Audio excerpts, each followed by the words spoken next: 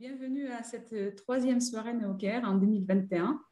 On a vu déjà cette année la parasitologie, on a parlé ensuite du colostrum et aujourd'hui on a de nouveau un sujet, je pense, intéressant pour vous, c'est-à-dire le comportement en élevage. Alors, j'aimerais bien vous présenter tout d'abord notre intervenante aujourd'hui, c'est Dr Océane Richard. Alors, Océane, c'est quelqu'un qui travaille à l'école vétérinaire de Toulouse depuis 3 ans. Elle est sur le poste assistant hospitalier à l'école vétérinaire de Toulouse, c'est-à-dire elle fait des consultations, y compris les consultations de comportement, elle suit aussi un programme de résidence pour devenir une spécialiste européenne du collège européen en termes de justement comportement des carnivores domestiques. Et en plus, Océane, elle a fait aussi un diplôme d'université en psychiatrie vétérinaire. Donc, elle a pas mal de diplômes en lien avec le comportement. Donc, elle est très bien placée pour vous parler du comportement et surtout aujourd'hui, comportement en élevage. Donc, qu'est-ce qu'on va voir avec Dr Richard? Elle va vous parler de la sélection des reproducteurs, d'enrichissement de l'environnement et de la sociabilisation et éducation des chiots. Tout cela pour éviter les problèmes. Donc, elle va s'intéresser surtout comment démarrer, comment gérer l'élevage et surtout la socialisation des futurs chiots pour éviter tout problème, y compris les problèmes que vous racontez parfois chez vos acquéreurs. Donc, la conférence d'Océane va durer 45 minutes et après, on va faire une table ronde. On va prendre toutes vos questions, tout ce qu'on peut, parce que le temps va être limité pour cette partie-là. Mais on va faire notre maximum pour répondre à toutes vos questions. Alors, avant qu'on démarre la conférence d'Océane, je vais vous montrer quelques points, parler de quelques points. Et donc, tout d'abord, nos nouveaux outils sur neocare.pro. On a parlé déjà la dernière fois en vous disant que c'est un projet. Actuellement, ce site fonctionne déjà. Donc, je vais dire quelques mots en plus. Il s'agit en fait d'une carte interactive qui a été réalisée par Betty qui montre les vétérinaires qui sont en France, aux différents endroits de la France. Vous pouvez les identifier, donc ceux qui travaillent autour de vous. Et ce sont des vétérinaires un peu spéciaux parce qu'ils travaillent avec les éleveurs, c'est-à-dire qu'ils ont des actes un peu plus spécifiques pour vous, les éleveurs. Donc, si vous êtes à la recherche de vétérinaires, n'hésitez pas à consulter cette carte. J'avoue qu'elle n'est pas encore très remplie parce qu'on est au début du projet. Et justement, si vous avez des vétérinaires avec lesquels vous travaillez au sein de votre élevage, n'hésitez pas à les motiver pour qu'ils nous disent un mot, qu'ils sont d'accord pour participer, pour être sur la carte, et on va les ajouter sans problème. Côté logistique, pendant la conférence, comme d'habitude, on vous demande de ne pas poser des questions dans le chat, garder le chat pour des problèmes techniques, on va dire, des échanges sur le point technique. Mais par contre, les questions pour le conférencier, s'il vous plaît, mettez-le dans la boîte questions et réponses qui est au milieu de votre barre tout en bas. Et comme ça, on va les traiter toutes à la fin. Parmi les nouveautés sur notre bibliothèque, on a des thèses vétérinaires qui démarrent. Donc, la première thèse en 2021 est déjà soutenue. C'est la thèse de Manon Piel. Manon a fait un joli travail sur la comparaison d'élevage canin et félin en termes de caractéristiques différents et variés de point de vue logistique, gestion, situation géographique, etc. Elle a traité une série des enquêtes qu'on a fait auprès de vous ces dernières années, donc entre 2017 et 2020. Déjà, les enquêtes, vous pouvez les consulter dès maintenant sur le site et très bientôt, vous pourrez aussi consulter la thèse de Manon. Ensuite, on a un nouveau projet de recherche qui va démarrer l'année scolaire prochaine, c'est-à-dire à partir de septembre. On a un nouveau projet sur le microbiote intestinal chez les chiots et cette fois-ci, on va essayer d'étudier les liens entre ce microbiote et la santé digestive et les conséquences sur la santé jusqu'à l'âge adulte. Donc, un projet très excitant qui va démarrer pour les prochaines 4 ans. Et on va avoir une nouvelle personne parmi nous qui va être responsable de ce projet.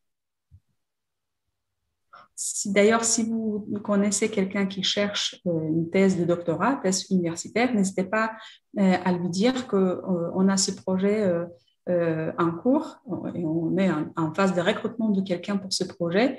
Si cela peut intéresser quelqu'un, le post, il est publié sur notre page Facebook, donc n'hésitez pas à le consulter.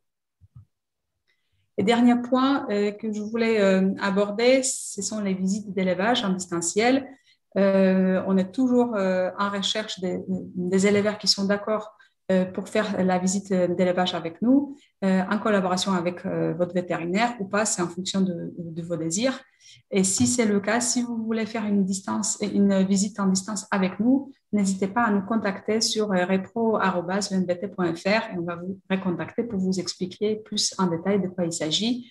Mais on aimerait bien, avec les étudiants, faire une étude de votre établissement pour vous montrer éventuellement les points à améliorer. Donc, si ça vous intéresse, n'hésitez pas à nous contacter. Merci beaucoup. C'est tout pour la partie intro. On va maintenant on va changer les diapos et je laisse Océane prendre la parole. Et je vous souhaite une agréable soirée. J'espère que vous allez retenir plein d'informations intéressantes pour vous. Merci. Merci beaucoup, Anna. Donc, bonsoir à tous. Donc, oui, moi, ce soir, je vais vous parler des troubles du comportement et surtout comment les prévenir. Donc, quelles sont les choses que vous pouvez mettre en place au sein de votre élevage pour essayer de prévenir ces troubles du comportement et notamment les troubles du développement. Donc, juste un tout petit peu en introduction, je voulais refaire un point par rapport au nombre d'animaux qu'il y a en France.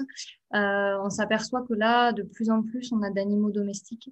Donc, on a 14 millions de chats. On a vraiment une inversion de la tendance avec énormément de chats à l'heure actuelle.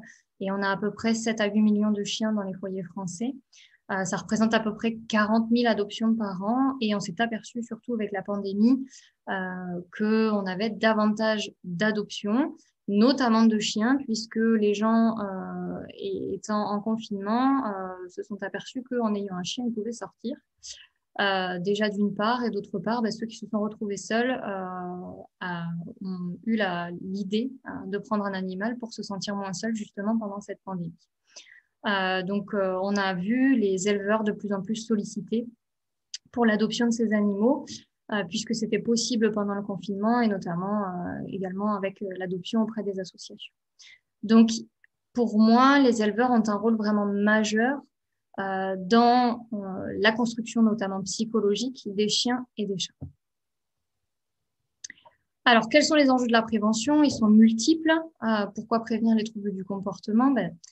Effectivement, on va avoir une importance médicale, on va prévenir les troubles du développement. Donc, dans les troubles du développement, ça doit parler à peu près à tout le monde. On en a 3 chez le chien et chez le chat, 2 qui sont communs. Donc, on a le syndrome de privation sensorielle. Donc, c'est tous les animaux qui vont avoir de multiples phobies du fait d'être passés d'un environnement relativement pauvre en stimuli à un environnement plus enrichi. On va avoir le syndrome HSHA, donc hypersensibilité, hyperactivité, donc avec des animaux qui ont un mauvais contrôle moteur, aussi bien moteur que de la morsure, et des animaux qui ont des difficultés à arrêter les séquences, qui sont très stimulés par tout ce qui les entoure.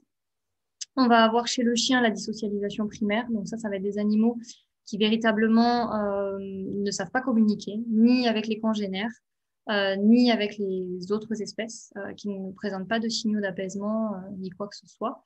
Et chez le chat, c'est ce qu'on appelle l'askésie. Donc, c'est pareil, des chats qui n'ont absolument aucune possibilité de contact social, aussi bien intraspécifique que interspécifique. Alors, il y a également une importance légale, puisque logiquement, en tant qu'éleveur, vous êtes censé produire des animaux de compagnie qui sont aptes à vivre dans un contexte urbain. Et on doit, bien sûr, vous devez respecter les standards de la race. Et il y a également une importance qui est morale et éthique, puisqu'on est censé respecter les lexogrammes de l'animal. Et le but qui devrait être ultime pour un éleveur, c'est non pas la rentabilité, mais c'est de produire des animaux qui sont équilibrés. Donc, c'est pas très éthique de produire des chiots ou des chatons qui sont élevés dans le noir et qui sont entassés les uns sur les autres. Voilà, ça semble être logique pour tout le monde. Alors, au niveau des différents items qu'on va aborder ce soir, je vais d'abord vous parler des différentes actions qu'on peut mettre en place au cours du développement comportemental des chiots et des chatons. Ensuite, je vais vous parler un petit peu de l'organisation des locaux. Alors, il y a beaucoup de choses que vous connaissez déjà, mais je vous ai mis surtout les points qui me semblaient importants par rapport au comportement. On va parler des reproducteurs et de leur sélection et de leur impact sur les petits. Et on va parler également de l'adoption, qui est un item qui arrive en dernier, mais qui est très, très important et dont votre rôle est primordial. Alors, tout d'abord, donc l'action sur les différentes phases du développement comportemental. Alors, sur le schéma suivant, vous pouvez voir un petit peu les différentes périodes du développement comportemental. Donc, je vais vous les détailler juste après. Donc, vous voyez déjà qu'il y a des différences entre le chat et le chien.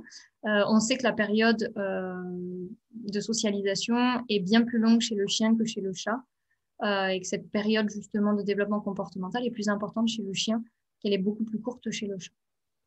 Donc forcément, ça va avoir un impact aussi par rapport aux choses que vous devrez mettre en place, vous, dans vos élevages. Donc, on va regarder un petit peu plus précisément les différentes phases du développement comportemental. Alors, la période néonatale, donc elle évolue de la naissance jusqu'à à peu près 7-10 jours chez le chat et à peu près 15 jours chez le chien.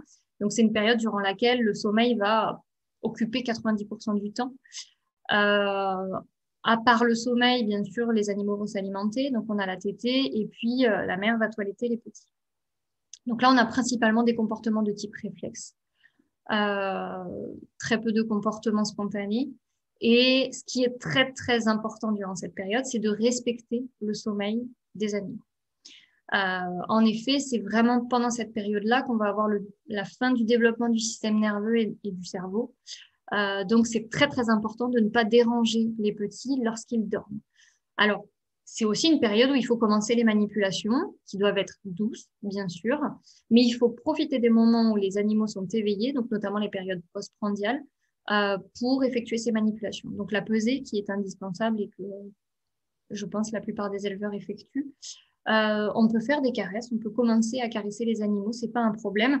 À partir du moment où vos reproducteurs sont bien socialisés, ils accepteront que vous approchiez des petits si vous respectez l'intimité et que vous ne les dérangez pas pendant leur sommeil. Donc ça doit être vraiment, il faut vraiment favoriser des caresses qui doivent être douces.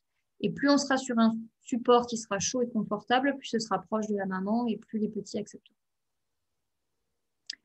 Ensuite, on a la période de transition, donc qui est une période très importante également. C'est la période qui évolue d'à peu près 7-10 jours à 15-20 jours chez le chat et de 2 à 3 semaines chez le chien. Donc, c'est là qu'on a l'ouverture des yeux. Et puis, on va avoir acquisition de l'audition à la fin de la période de transition. Donc là, le sommeil représente à peu près 70% du temps. Le reste du temps, il y a toujours les tétées, le toilettage. Et on commence à voir apparaître les comportements ludiques. Donc là, ça devient assez intéressant puisqu'on est vraiment dans une période où on a création d'un attachement réciproque, donc aussi bien de la mère pour les petits que des petits pour la mère. Donc c'est très, très important de laisser la mère au contact des petits. Ça, c'est indispensable. Même si durant cette période, d'ailleurs, durant la période de développement comportemental, il y a un des petits qui doit être hospitalisé, ce qui est important, c'est de faire suivre la mère pour éviter justement qu'il y ait une rupture de cet attachement et qu'on ait des troubles du comportement par la suite trop importants. À cette période, le bien-être de la mère est très important, comme dans toute la période en soi, mais c'est vrai que c'est très, très important qu'elle se sente bien pour créer un bon attachement avec les petits.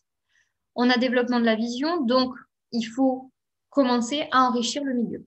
Donc, proposer des jouets divers et variés, de différentes couleurs, de différentes formes, de différentes tailles, de différentes textures, pour que les petits puissent commencer à découvrir le monde d'un point de vue visuel. Et d'un point de vue auditif, ça va commencer juste à la fin de la période de transition, donc plutôt en période de socialisation dont on va parler juste après. Toujours pareil, on peut manipuler les petits et on profite des périodes d'éveil. Donc, on voit que là, on a 30% quand même du temps où les petits sont éveillés. Donc, on profite de ces phases-là pour commencer à interagir avec les petits. Donc là, les chatons commencent véritablement à explorer. Donc, ça peut être vraiment le moment de commencer à interagir avec eux et de commencer même à proposer du jeu. Dernière période, pardon, qui est extrêmement importante, donc la période de socialisation. Alors, chez le chiot, donc elle évolue à peu près de 3 semaines à 3 mois. Chez le chaton, elle est plus courte, de 2 semaines à 2 mois. Là, on a à peu près, enfin, les animaux dorment à peu près 50% du temps et on a énormément de jeux dans la fratrie et avec la mère. Et c'est là qu'on a la découverte de tous les stimuli. Donc là, votre rôle va être extrêmement important. Il faut vraiment enrichir le milieu un maximum pour leur permettre de s'adapter au mieux ensuite à l'environnement futur. Donc le chiot commence à explorer son environnement. Ça y est, on peut vraiment commencer à interagir avec lui. Et c'est surtout une période où les petits acquièrent les autocontrôles. Alors, ce qu'on appelle les autocontrôles, c'est le fait que l'animal contrôle aussi bien sa morsure que sa motricité. Donc, éviter qu'il soit dans l'excès dans ses interactions, qu'il soit trop brusque. Et donc là, le rôle de la mère est extrêmement important. Donc, effectivement, si on a une mère qui n'a pas de bons autocontrôles, ça risque d'être compliqué pour elle de réguler ses petits. Mais par contre, sur des mères qui sont équilibrées ou tout autre adulte régulateur, parce que parfois, on est obligé de séparer la mère pour X ou Y raison, il faut absolument que les petits soient en contact avec un adulte qui puisse réguler ses autocontrôles pour éviter que par la suite, on ait un déficit et potentiellement des troubles d'hyperactivité, hypersensibilité. Donc, la mère va jouer un rôle très important, la fratrie aussi, puisque c'est en jouant entre eux qu'ils peuvent se faire mal et donc se dire stop les uns les autres. La mère va pouvoir intervenir aussi et vous pouvez intervenir aussi. Donc, c'est-à-dire que vous allez commencer à jouer avec les animaux et lorsqu'ils vont être trop brusques, lorsque le contact sera trop impulsif, trop agressif, non, pas vraiment agressif, mais trop brusque, il faudra également dire à l'animal stop, simplement le reprendre par un nom et lui proposer du jouet à la place ou simplement couper contact. En tout cas, lui faire comprendre que tous ces comportements qui sont trop brusques, trop impulsifs, ne sont pas tolérés. Alors, pendant cette période, le but, c'est d'atteindre un seuil d'homéostasie sensorielle élevé. Alors, l'homéostasie sensorielle, c'est un peu le répertoire sensoriel de l'animal. Plus il sera important, plus ils auront un répertoire de stimuli importants. Le but, c'est vraiment d'enrichir le milieu au maximum. Donc, on va avoir plusieurs types de stimulation, des stimulations auditives qu'il faudrait proposer de manière quotidienne. Donc, vous avez plein de possibilités. Vous avez des postes radio que vous pouvez mettre en place. Donc, comme ça, ils vont entendre des voix différentes, des chansons, différents types de chansons, différents types de bruits. Il faut leur proposer des bruits qui sont inhérents à la ville ou à la campagne, des engins mécaniques, des bruits d'orage, des bruits d'aspirateur, des bruits de moto, des bruits de téléphone, tout ce qu'ils vont pouvoir rencontrer par la suite d'un point de vue auditif. L'idéal, c'est de proposer un accès direct à la maison. On va en discuter juste après d'un point de vue sanitaire et d'un point de vue possibilité, comment faire. Mais c'est vrai que quand on a, ça va dépendre de la taille de l'élevage, bien sûr, mais quand on a la possibilité de faire passer régulièrement les petits dans la maison, c'est l'idéal parce que là, pour le coup, on pourra passer l'aspirateur à côté d'eux, on va faire tourner le robot, on va faire tourner la machine à laver, le lave-vaisselle, le sèche-linge, tous les bruits auxquels ils vont être confrontés par la suite. À cette période, donc dès l'âge de à peu près un mois en général, on peut commencer à proposer des balades en voiture au chiot ou au chaton. Ça permet de les habituer. Alors, ça peut être tout simplement de mettre les animaux dans la voiture, moteur allumé sans avancer. Ça peut être des petites balades rapides, un petit tour de 3 minutes. Ça permet d'habituer déjà l'animal à son futur passage auprès du vétérinaire. Et puis, de toute façon, en général, les animaux sont quand même transportés d'une manière ou d'une autre à un moment donné. Donc, c'est bien de les habituer à ce genre de sensations. Il va falloir également proposer des stimulations visuelles. Donc là, il faut proposer des jeux. En nombre suffisant, ça c'est important. Il faut considérer qu'en fait, il faudrait N plus de jouets. Donc, c'est-à-dire N étant le nombre d'animaux, de petits. Il faut que chacun puisse avoir son objet, son jouet, pour qu'il n'y ait pas de conflit, pas trop de conflit par rapport à ça. Que chacun puisse avoir la possibilité d'explorer sans gêner l'autre. Il faut proposer des objets insolites. Vous pouvez proposer de tout. Ça peut être du parapluie, ça peut être une haltère, ça peut être des chaussures, tout ce que vous voulez. Il faut qu'ils en rencontrent un maximum. Et on va également commencer à proposer des petites choses, des petits revêtements différents. Ça peut être du bois, ça peut être des tapis antidérapants, des choses comme ça, pour commencer à travailler la proprioception. Donc, on peut les faire monter sur des planches, proposer des niveaux différents pour qu'ils commencent à travailler la proprioception et qu'ils perçoivent un petit peu où se situe leur corps dans l'espace. On va pouvoir également commencer à proposer des contacts sociaux, donc avec d'autres congénères. Alors, ça peut être d'autres adultes de même race, d'autres races, idéalement proposer des rencontres avec d'autres races aussi, de différentes tailles, c'est l'idéal. Alors souvent dans les élevages, dans vos élevages, vous allez avoir vos propres chiens à vous ou vos propres chats à vous. Donc en général, ils sont sains d'un point de vue immunité. Donc ça peut être très intéressant de les mettre en contact avec eux. Il faut même les mettre en contact avec eux. Et on peut justement commencer à les mettre en extérieur. Donc, ça peut être dans des enclos que vous avez chez vous, mais ça peut être aussi un accès extérieur en dehors de l'élevage, notamment pour les chiens. Pour les chats, on ne va pas les sortir en laisse, les pauvres. Mais par contre, les chiens, on peut déjà commencer à les habituer au collier et à la laisse dès l'âge d'1 mois. Il suffit simplement de sélectionner l'environnement dans lequel on va les amener. On ne va pas les mettre en contact avec le premier chien venu, dont on ne connaît pas le statut sanitaire, bien sûr.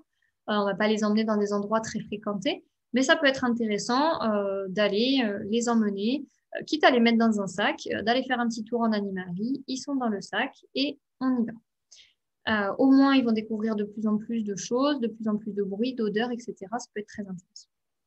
Il faut également commencer les contacts avec différents types d'humains.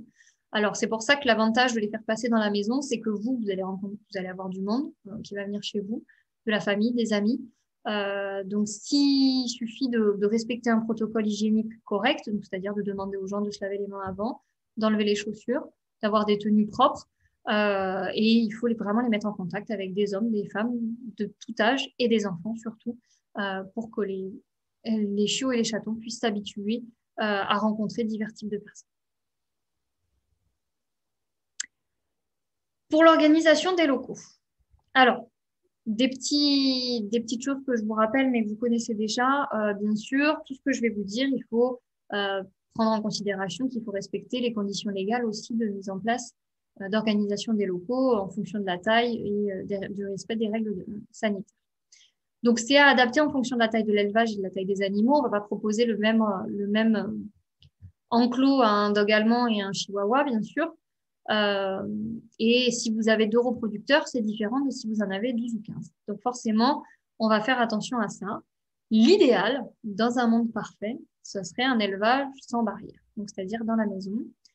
Donc ça, c'est possible quand on a 1 ou 2 reproducteurs, d'avoir des reproducteurs qui sont à la maison et on leur accorde simplement un espace pendant la mise bas, mais après, avec des moments de retrait possibles.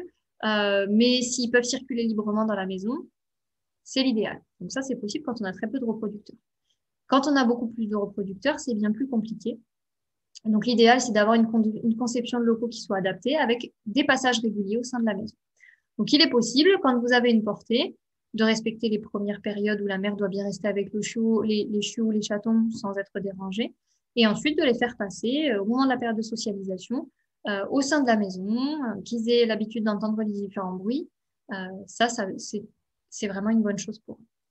Ce qu'il faut également, c'est respecter des locaux où les adultes vont être mis en groupe stable. Alors, aussi bien le chien que le chat, notamment le chien qui est un être social, il a besoin de relations avec ses congénères, mais le chat peut tout à fait être sociable également. C'est pas forcément un individu qui est social, c'est-à-dire qu'il n'a pas besoin des autres, contrairement au chien et contrairement à l'humain, pour se sentir bien, mais ça peut être tout à fait un individu qui peut être sociable, et donc du coup, les contacts avec les congénères sont positifs et encourageants.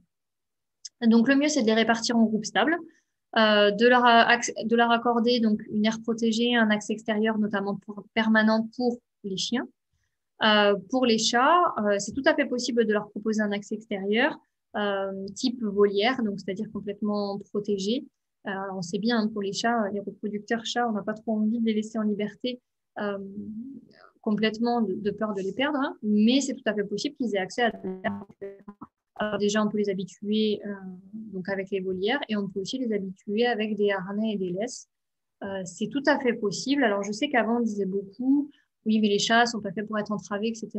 Maintenant, je vois de tout et je vois des animaux qui s'adaptent à beaucoup de choses. Donc, si on les habitue bien de la bonne manière, en faisant ça de manière positive, sans forcer l'animal, pourquoi pas. Moi, j'ai des chiens que je vois arriver parfois en poussette et ça ne leur pose absolument aucun problème. Il y a des chats qui sont amenés en laisse et en harnais, ça ne leur pose absolument aucun problème. Si par contre le chat est étalé par terre et fait le mort parce qu'il ne veut plus avancer parce qu'il est en laisse et en harnais, dans ces cas-là, on voit que ce n'est pas possible. Mais on peut les habituer à beaucoup de choses, donc pourquoi pas, ça peut être une possibilité pour leur permettre un accès extérieur. Il est indispensable aussi que les adultes aient une aire de récréation, qu'ils aient des moments de détente. Ça, c'est vraiment, vraiment important. Il ne faut pas qu'ils soient en permanence stimulés. Il faut vraiment qu'ils puissent avoir des moments de jeu avec les congénères et des moments où on les laisse vraiment tranquilles. Alors, je vais passer rapidement sur ces 2 diapos, mais l'aménagement du lieu de vie du chat, je pense que c'est à peu près clair pour tous les éleveurs de chats en tout cas. Donc, on sait que le chat est très attaché à son environnement. On va proposer surtout un environnement en 3 dimensions. Le chat a besoin de grimper, de monter un peu partout. Donc, il lui faut des postes d'observation et des cachettes en hauteur avec des lieux de couchage en hauteur. Donc là, comme vous voyez sur la petite photo, quand on a des chats qui sont uniquement en intérieur, qui n'ont pas accès à des arbres ou quoi que ce soit, c'est très bien de leur proposer des hamacs, des arbres à chat, pardon, des hamacs qu'on peut accrocher aux fenêtres. Ils adorent ça, pouvoir regarder à l'extérieur, observer toute la journée. Des arbres à chat qui sont relativement hauts. On conseille des arbres à chat qui font plus de 90 cm de hauteur. Donc ça, c'est différentes études qui ont comparé les intérêts pour les différents griffoirs. Et ce qui ressort, c'est que vraiment, c'est des griffoirs qui présentent plusieurs niveaux, qui font plus de 90 cm de hauteur. Il faut qu'ils soient relativement grands pour que ça attire le chat, qui présentent des stries verticales et horizontales. Et ce que les chats apprécient par-dessus tout, c'est le sisal. Donc, vous voyez cette corde un petit peu qui fait un peu comme de la paille, qui entoure souvent les griffoirs classiques. Ça, ils aiment vraiment beaucoup ça. L'important, c'est de savoir bien les placer, les griffoirs. Donc, en général, il faut les mettre près des lieux de couchage et près des zones de passage, puisque c'est là qu'ils vont griffer le plus pour repérer leur environnement. Proposer du jeu, bien sûr, différents types de jeux. Notamment, on aime beaucoup proposer aux chats des jeux autour de l'alimentation. Donc, des petites balles distributrices, des choses comme ça, puisque ça permet de mimer la chasse. Ce qu'on oublie souvent, c'est que le chat, même s'il a à disposition son alimentation, il a quand même besoin de chasser, même si c'est pas forcément pour se nourrir. Ça fait partie de son répertoire comportemental. Et donc, en leur proposant des activités ludiques autour de l'alimentation, donc de cacher des friandises, de cacher des croquettes tout simplement, de mettre des petites croquettes dans des balles distributrices, dans des petits plateaux de jeu, des choses comme ça. Ça va pouvoir mimer un petit peu la chasse et ça permettra de respecter le répertoire comportemental de l'animal. L'alimentation doit être à volonté, ça c'est indispensable. Alors je sais que parfois on a des chats qui sont gloutons.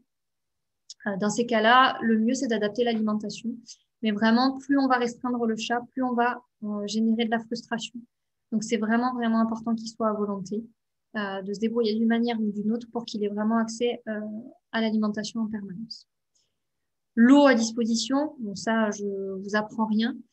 Favoriser des contacts interspécifiques et intraspécifiques, comme je vous disais tout à l'heure. Pour le chiot, c'est pareil pour les adultes. Ça, c'est indispensable que les chats puissent avoir des contacts entre eux et avec d'autres individus, donc d'autres espèces, l'homme, les chiens, etc. L'accès à l'extérieur, donc à voir comment il est possible de le mettre en place. Mais encore une fois, on a possibilité de mettre en place des volières ou des enclos à l'extérieur où le chat va pouvoir voir des papillons, des oiseaux, des insectes. Il en sera ravi. Il est possible aussi de les sortir en laisse, comme je vous disais juste avant. Donc, ça peut être intéressant. La seule chose, c'est qu'effectivement, si on propose un accès extérieur, le milieu sera du coup beaucoup plus riche. Donc, il faut être sûr que derrière, les adoptants puissent avoir un environnement suffisamment stimulant si vous avez créé un environnement très stimulant pour le chat. Donc, ce à quoi il faut penser, c'est que vraiment, il faut qu'il y ait une organisation temporelle. Donc, il faut qu'il y ait des périodes de jeu et débat, des périodes de repos, des périodes d'interaction, mais respecter chaque période pour les individus. Au niveau du lieu de vie du chien, comme chez le chat, il faut des couchages confortables, ça c'est indispensable, que chacun ait son lieu de couchage à lui. Bien sûr, les lieux de couchage peuvent être partagés, mais plus ils seront confortables et plus ils seront appréciés. Des jeux de divers types, alors des jeux notamment de mastication, hein, l'activité masticatoire est indispensable chez le chien, aussi bien chez les chiots que chez les adultes. Ça fait vraiment partie des besoins physiologiques du chien, il a besoin de mastiquer. Alors on a des races qui mastiquent plus que d'autres, mais n'importe quel chien, même des petits chiens, mastiquent. Ils ont besoin de ça, donc on l'adapte. Sur les grandes races, moi, ce que j'aime beaucoup, c'est donner les bois de cerf ou les sabots de veau, des choses comme ça qui sont très résistants, qui sont comestibles et qui sont plutôt digestes. Le bois de cerf est très, très digeste. Et l'avantage, c'est qu'il se détruit, qu'il se délite vraiment en poussière. Donc, on a très peu de risques de corps étrangers. Donc ça, c'est vraiment bien. Après, pour des races qui ont des plus petites mâchoires ou des choses comme ça, ou les jeunes animaux, le bois de caféier ou le bois d'olivier est très bien, c'est très résistant. Après, bien sûr, vous avez tous les types de jouets qui peuvent être résistants, type Kong, des choses comme ça. Attention aux peluches ou aux jouets qui peuvent être un petit peu en tissu. Ça dépendra des races, mais attention au corps étranger quand même. Au niveau de l'alimentation, alors moi chez les chiens, chez les adultes, je parle, je préfère des repas, une alimentation sous forme de repas plutôt qu'à disposition. Alors après, c'est à adapter en fonction des individus et des races, notamment quand on parle de races primitives ou des races nordiques qui sont assez difficiles au niveau de l'alimentation. Parfois, on est obligé de les laisser à volonté. Mais en général, plus on va réguler l'appétit, plus déjà on va le stimuler. Si on régule les repas, le chien va avoir la sensation de faim, une sensation de faim, donc il aura plus envie d'aller manger. Et c'est surtout que d'un point de vue physiologique, on respectera plus le répertoire comportemental du chien, puisque le chien est un individu qui a tendance à faire des gros repas, qui est capable de ne pas manger pendant 2-3 jours et qui va faire un gros repas, mais ça va pas être un grignoteur, contrairement au chat, pour lequel il faut que l'alimentation soit à disposition. Et d'un point de vue nutritionnel, ça évitera en plus d'oxyder les croquettes et de perdre trop de leur valeur nutritionnelle. Donc, c'est plus intéressant de proposer sous forme de repas. L'eau à volonté, comme chez le chat. Des contacts sociaux, encore plus importants que chez le chat, puisque vraiment, le chien est un être social, il a besoin de ses congénères pour se sentir bien. Des sorties en extérieur, donc ça, c'est indispensable. Même si vous avez, et en extérieur, je parle vraiment en dehors de l'élevage aussi, même si vous avez des parcs sécurisés dans votre élevage, c'est important d'emmener vos chiens en dehors de l'élevage pour qu'ils soient le mieux sociabilisés possible et que on ait une bonne répercussion sur les petits. Quelques mots sur la maternité. Donc la maternité, logiquement, on accueille les mères 10 à 20 jours avant la mise bas. Ce qui est important, c'est que la maternité soit mise à l'écart de la vie du groupe pour que la maman se sente en sécurité, dans le calme, qu'elle soit sereine. Si elle est anxieuse au moment de la mise bas, ce sera beaucoup moins positif pour les chiots et on risque d'avoir du stress pour les chiots ou les chatons d'ailleurs, du stress juste après la naissance qui sera très mauvais. Donc, il faut que ce soit très confortable et assurer bien sûr une bonne hygiène. Il faut que la maman bénéficie d'un espace de détente et qu'elle ait la possibilité de se soustraire au chiot. Ça, c'est indispensable. Donc, l'espace de détente, il faut qu'elle puisse vraiment être à l'écart des chiots. Alors, il ne faut pas que ça dure trop longtemps, bien sûr, parce que le but, c'est de la laisser le plus possible avec les petits, chiots ou chatons. Mais il faut qu'elle ait la possibilité d'aller se détendre, d'aller pouvoir interagir avec des congénères éventuellement, et d'avoir ces moments où elle peut jouer, où elle peut se défouler et s'éloigner un petit peu des petits. Il faut jamais, jamais les mettre en isolement complet, c'est-à-dire que il faut toujours qu'il y ait un contact avec les humains, donc avec vous, les éleveurs, la famille, et avec d'autres congénères. Parce que sinon, on risque de générer vraiment trop de stress chez l'animal qui se sentira isolé. Pour l'organisation de votre élevage, notamment, il faut aussi réfléchir à ce que il y ait une bonne adéquation entre le milieu de développement et le milieu de vie futur. Le mieux, c'est de proposer effectivement un environnement qui s'adapte à l'environnement futur, donc à tous les environnements.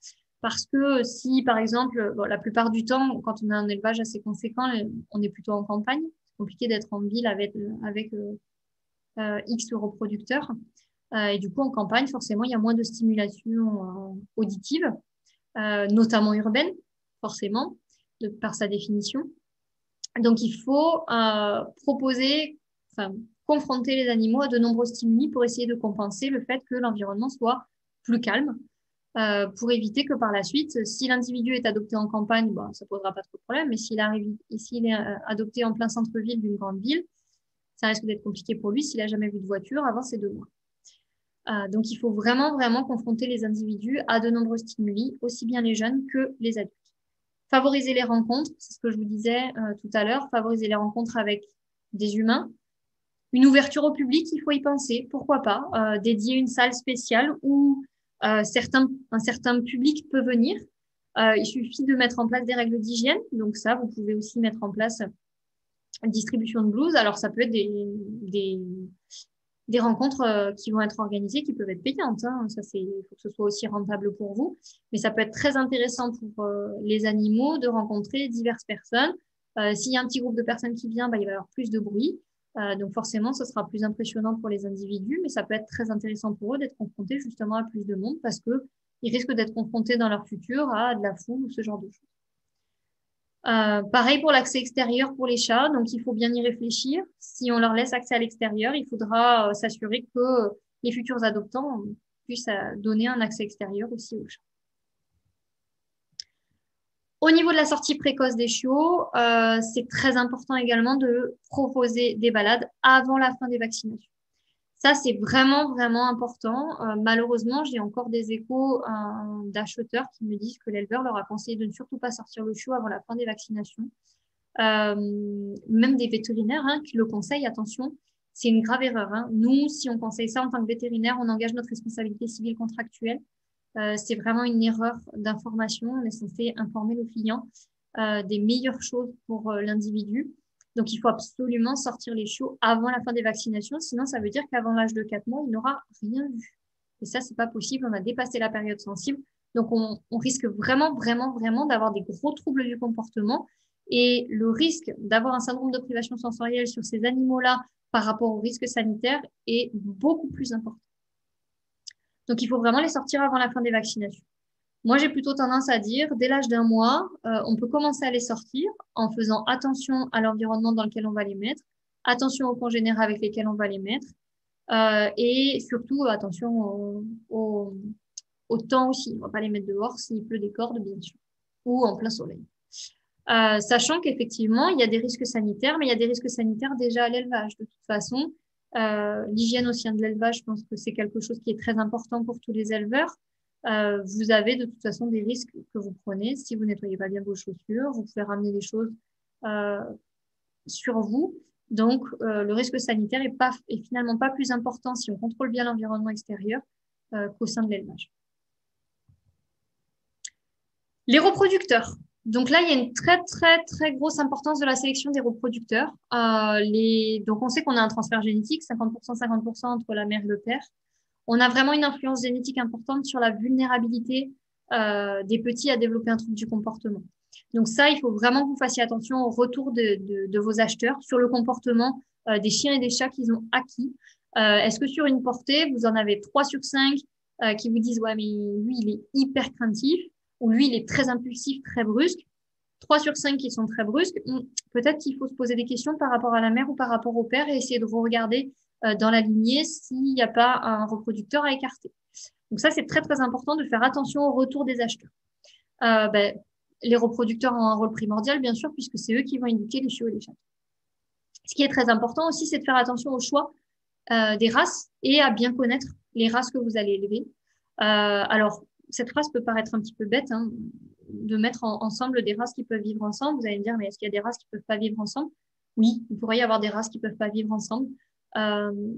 Si vous mettez par exemple un berger belge malinois avec un bulldog anglais et que vous les laissez dans une aire de détente, je pense que votre bulldog anglais il va peut-être vite fatiguer par rapport à votre berger belge malinois. Ça ne veut pas dire qu'ils ne peuvent pas vivre ensemble. Il faut faire attention aux interactions parce que on a des risques que le bulldog anglais il soit vite fatigué et que le malinois, par contre, lui, il ait de l'énergie à revendre.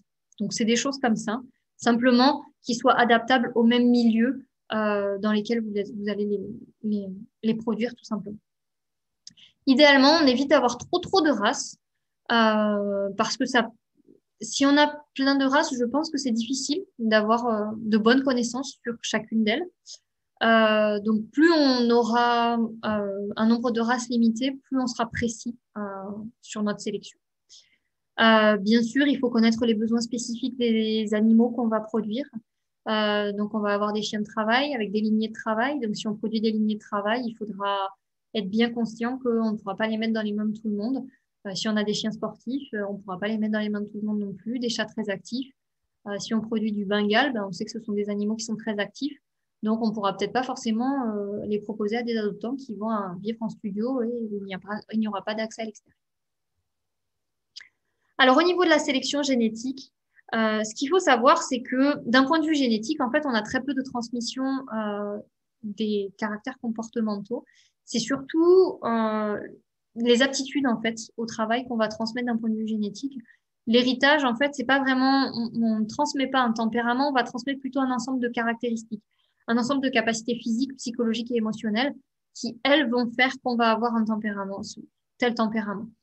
On considère qu'on a à peu près 20% des comportements qui sont d'origine héréditaire et ça va être surtout des comportements qui vont se baser sur l'alimentation, les comportements sexuels et l'aptitude au travail. Par contre, on n'a pas de transmission des informations apprises. Donc, un chien qui aura appris à faire tel ou tel comportement ne va pas transmettre ça à sa descendance. Donc, finalement, on a quand même une faible héritabilité des traits comportementaux. Ça va être surtout l'environnement qui va jouer et donc le mimétisme, en fait. Alors, le choix du père, il est très important, presque aussi important que le choix de la mère. On considère qu'en fait, le père va transmettre à peu près 10% de ses caractères comportementaux. Donc, le but, c'est de choisir quand même un mâle qui soit équilibré. Alors, attention, on n'a pas tous la même notion d'équilibre, de mâle équilibré. C'est sûr que pour certains, vous allez me dire, un malinois équilibré, c'est un malinois que nous, on va considérer comme hyperactif.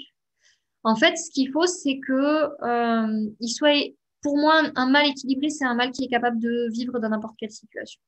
Comme une femelle équilibrée, un individu équilibré, c'est un individu qui peut vivre dans n'importe quel contexte, dans n'importe quelle situation, et qui peut s'adapter à tout.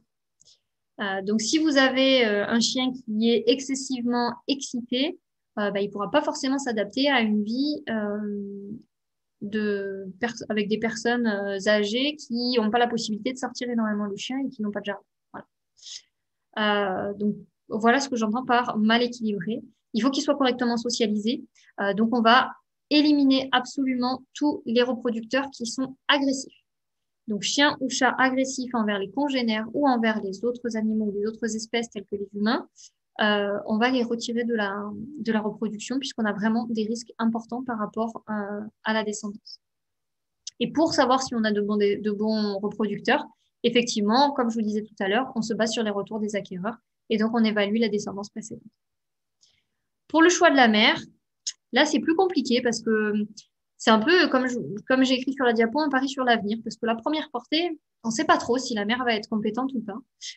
Ce qu'il faut, c'est se baser sur son ascendance le plus possible. Effectivement, quand on a la mère de cette chienne qui était compétente, les anciennes, enfin les grands-mères, etc., qui étaient compétentes, qui étaient très calmes, d'un tel ou tel tempérament, caractère, ça va nous donner des indications sur le choix de la mère. On va se baser sur ses qualités maternelles, comment qu'elle se comporte avec les chiots des autres. Et surtout, on va retirer toutes les chiennes qui vont présenter les caractères suivants, donc le cannibalisme, les mères qui sont peu attentives, qui délaissent leurs chiots très rapidement, des mères ou des chatons, des mères dont les chiots ou les chatons sont très brutaux dans le jeu, des mères qui vont être peureuses ou qui ne sont pas sociabilisées. Donc, vraiment, la mère, elle a un rôle primordial sur l'apparition des troubles du développement puisque c'est elle qui va être en contact permanent avec les petits. Et si elle présente des troubles du comportement, les petits vont faire du mimétisme et donc on risque de se retrouver avec des troubles par la suite. Comment améliorer les compétences maternelles? Déjà, qu'est-ce que c'est qu'une bonne mère? On peut considérer comme une bonne mère une mère qui va rester au contact des petits. Déjà, c'est la première chose. On en a des mères qui s'éloignent très rapidement et qui les délaissent, qui ne veulent pas s'en occuper. Tout de suite, il faut les mettre à l'écart et les écarter de la reproduction.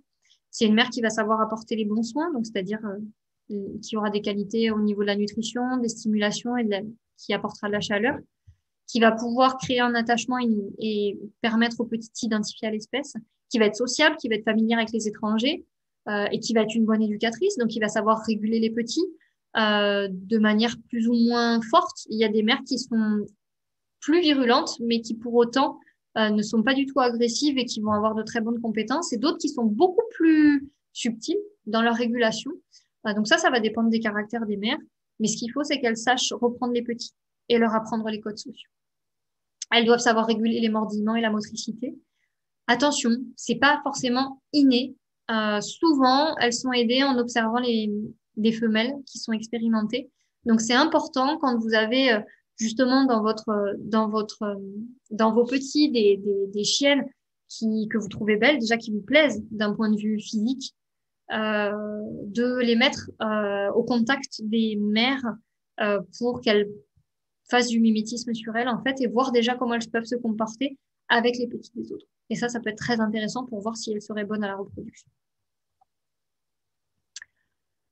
Alors, comment est-ce qu'on améliore les compétences maternelles? Par le respect éthologique. Donc ça, je vous le répète parce qu'on a quand même beaucoup de dérives, donc c'est important. On respecte de manière éthologique les adultes. Ce qui est important, c'est d'avoir un confort psychique. Il faut faire très, très, très, très attention à l'anxiété.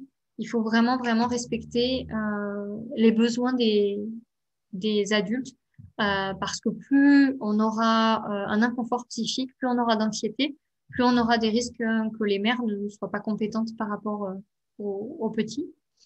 Il faut respecter les femelles gestantes, donc leur proposer un environnement stable, calme pendant la mise bas. Et c'est vrai qu'il est recommandé justement de caresser le ventre des mères en fin de gestation. Les quelques jours avant la gestation, ça peut être une très bonne chose d'avoir des caresses apaisantes et des caresses douces pour permettre de favoriser un bon contact ensuite avec les petits. Il faut surtout pas isoler ces mères, ça c'est indispensable. Le respect de la mise bas, donc il faut vraiment que ça se passe dans un environnement calme, propre, isolé des congénères et éviter au maximum les interventions humaines. Alors c'est toujours pareil, hein, on fait en fonction des races aussi, en fonction des capacités des mères. L'idéal c'est d'avoir de la vidéo pour éviter de trop intervenir et de trop les déranger et les stresser. On peut aider à la tétée au besoin, hein, quand on a des mères qui font 10, 12 petits, c'est compliqué, donc on peut apporter de l'aide. Mais c'est vrai que plus on laissera les mères en autonomie, mieux ce sera, tout en gardant un œil sur elles pour s'assurer que tout va bien. À partir de l'âge d'un mois aussi, ce qui est important, c'est de mettre en contact les animaux avec d'autres adultes pour permettre à la maman de se reposer et de ne pas s'épuiser. Donc, il faut que par moment, on puisse dégager un petit peu du temps libre aux mères et mettre en contact les petits avec d'autres adultes qui ont différents caractères et qui sont équilibrés également. Pour améliorer les compétences maternelles aussi, on va favoriser la sociabilisation des reproducteurs, donc les sortir en dehors de l'élevage pour les chiens. Plus on les sortira en dehors de l'élevage, plus on les habituera à différents stimuli, mieux ce sera. Donc, on profite des expositions et des concours pour les chiens comme pour les chats, justement, pour les sortir, pour leur faire entendre différentes choses. Il y a souvent du monde, il y a différentes odeurs, différentes choses visuels, différents stimuli visuels qui peuvent vraiment favoriser une bonne sociabilisation des individus. Donc, leur proposer des stimuli nouveaux et variés et pour vraiment avoir un niveau d'homéostasie sensorielle élevé. Dernier item qui est très, très important et sur lequel je vais passer un petit peu de temps, c'est vraiment l'adoption. Et pour moi, vous avez un rôle indispensable, primordial, vraiment très, très, très important, notamment dans le choix des futurs adoptants. C'est vous qui êtes au contact directement des futurs adoptants et la première chose à faire, c'est déjà de les questionner, de savoir un petit peu qui ils sont. Parce que si dans votre élevage, vous avez différentes races, vous allez pouvoir sélectionner la race qui va convenir aux adoptants et vous allez surtout pouvoir sélectionner l'animal, le chiot ou le chaton que vous allez donner à cet adoptant pour qu'il soit le plus épanoui dans la vie future, dans sa vie future. Donc, on va s'intéresser au mode de vie des propriétaires. Est-ce que c'est des propriétaires qui sont sportifs? Est-ce qu'ils sont plutôt pantouflards? Est-ce qu'ils sont plutôt des personnes très occupées?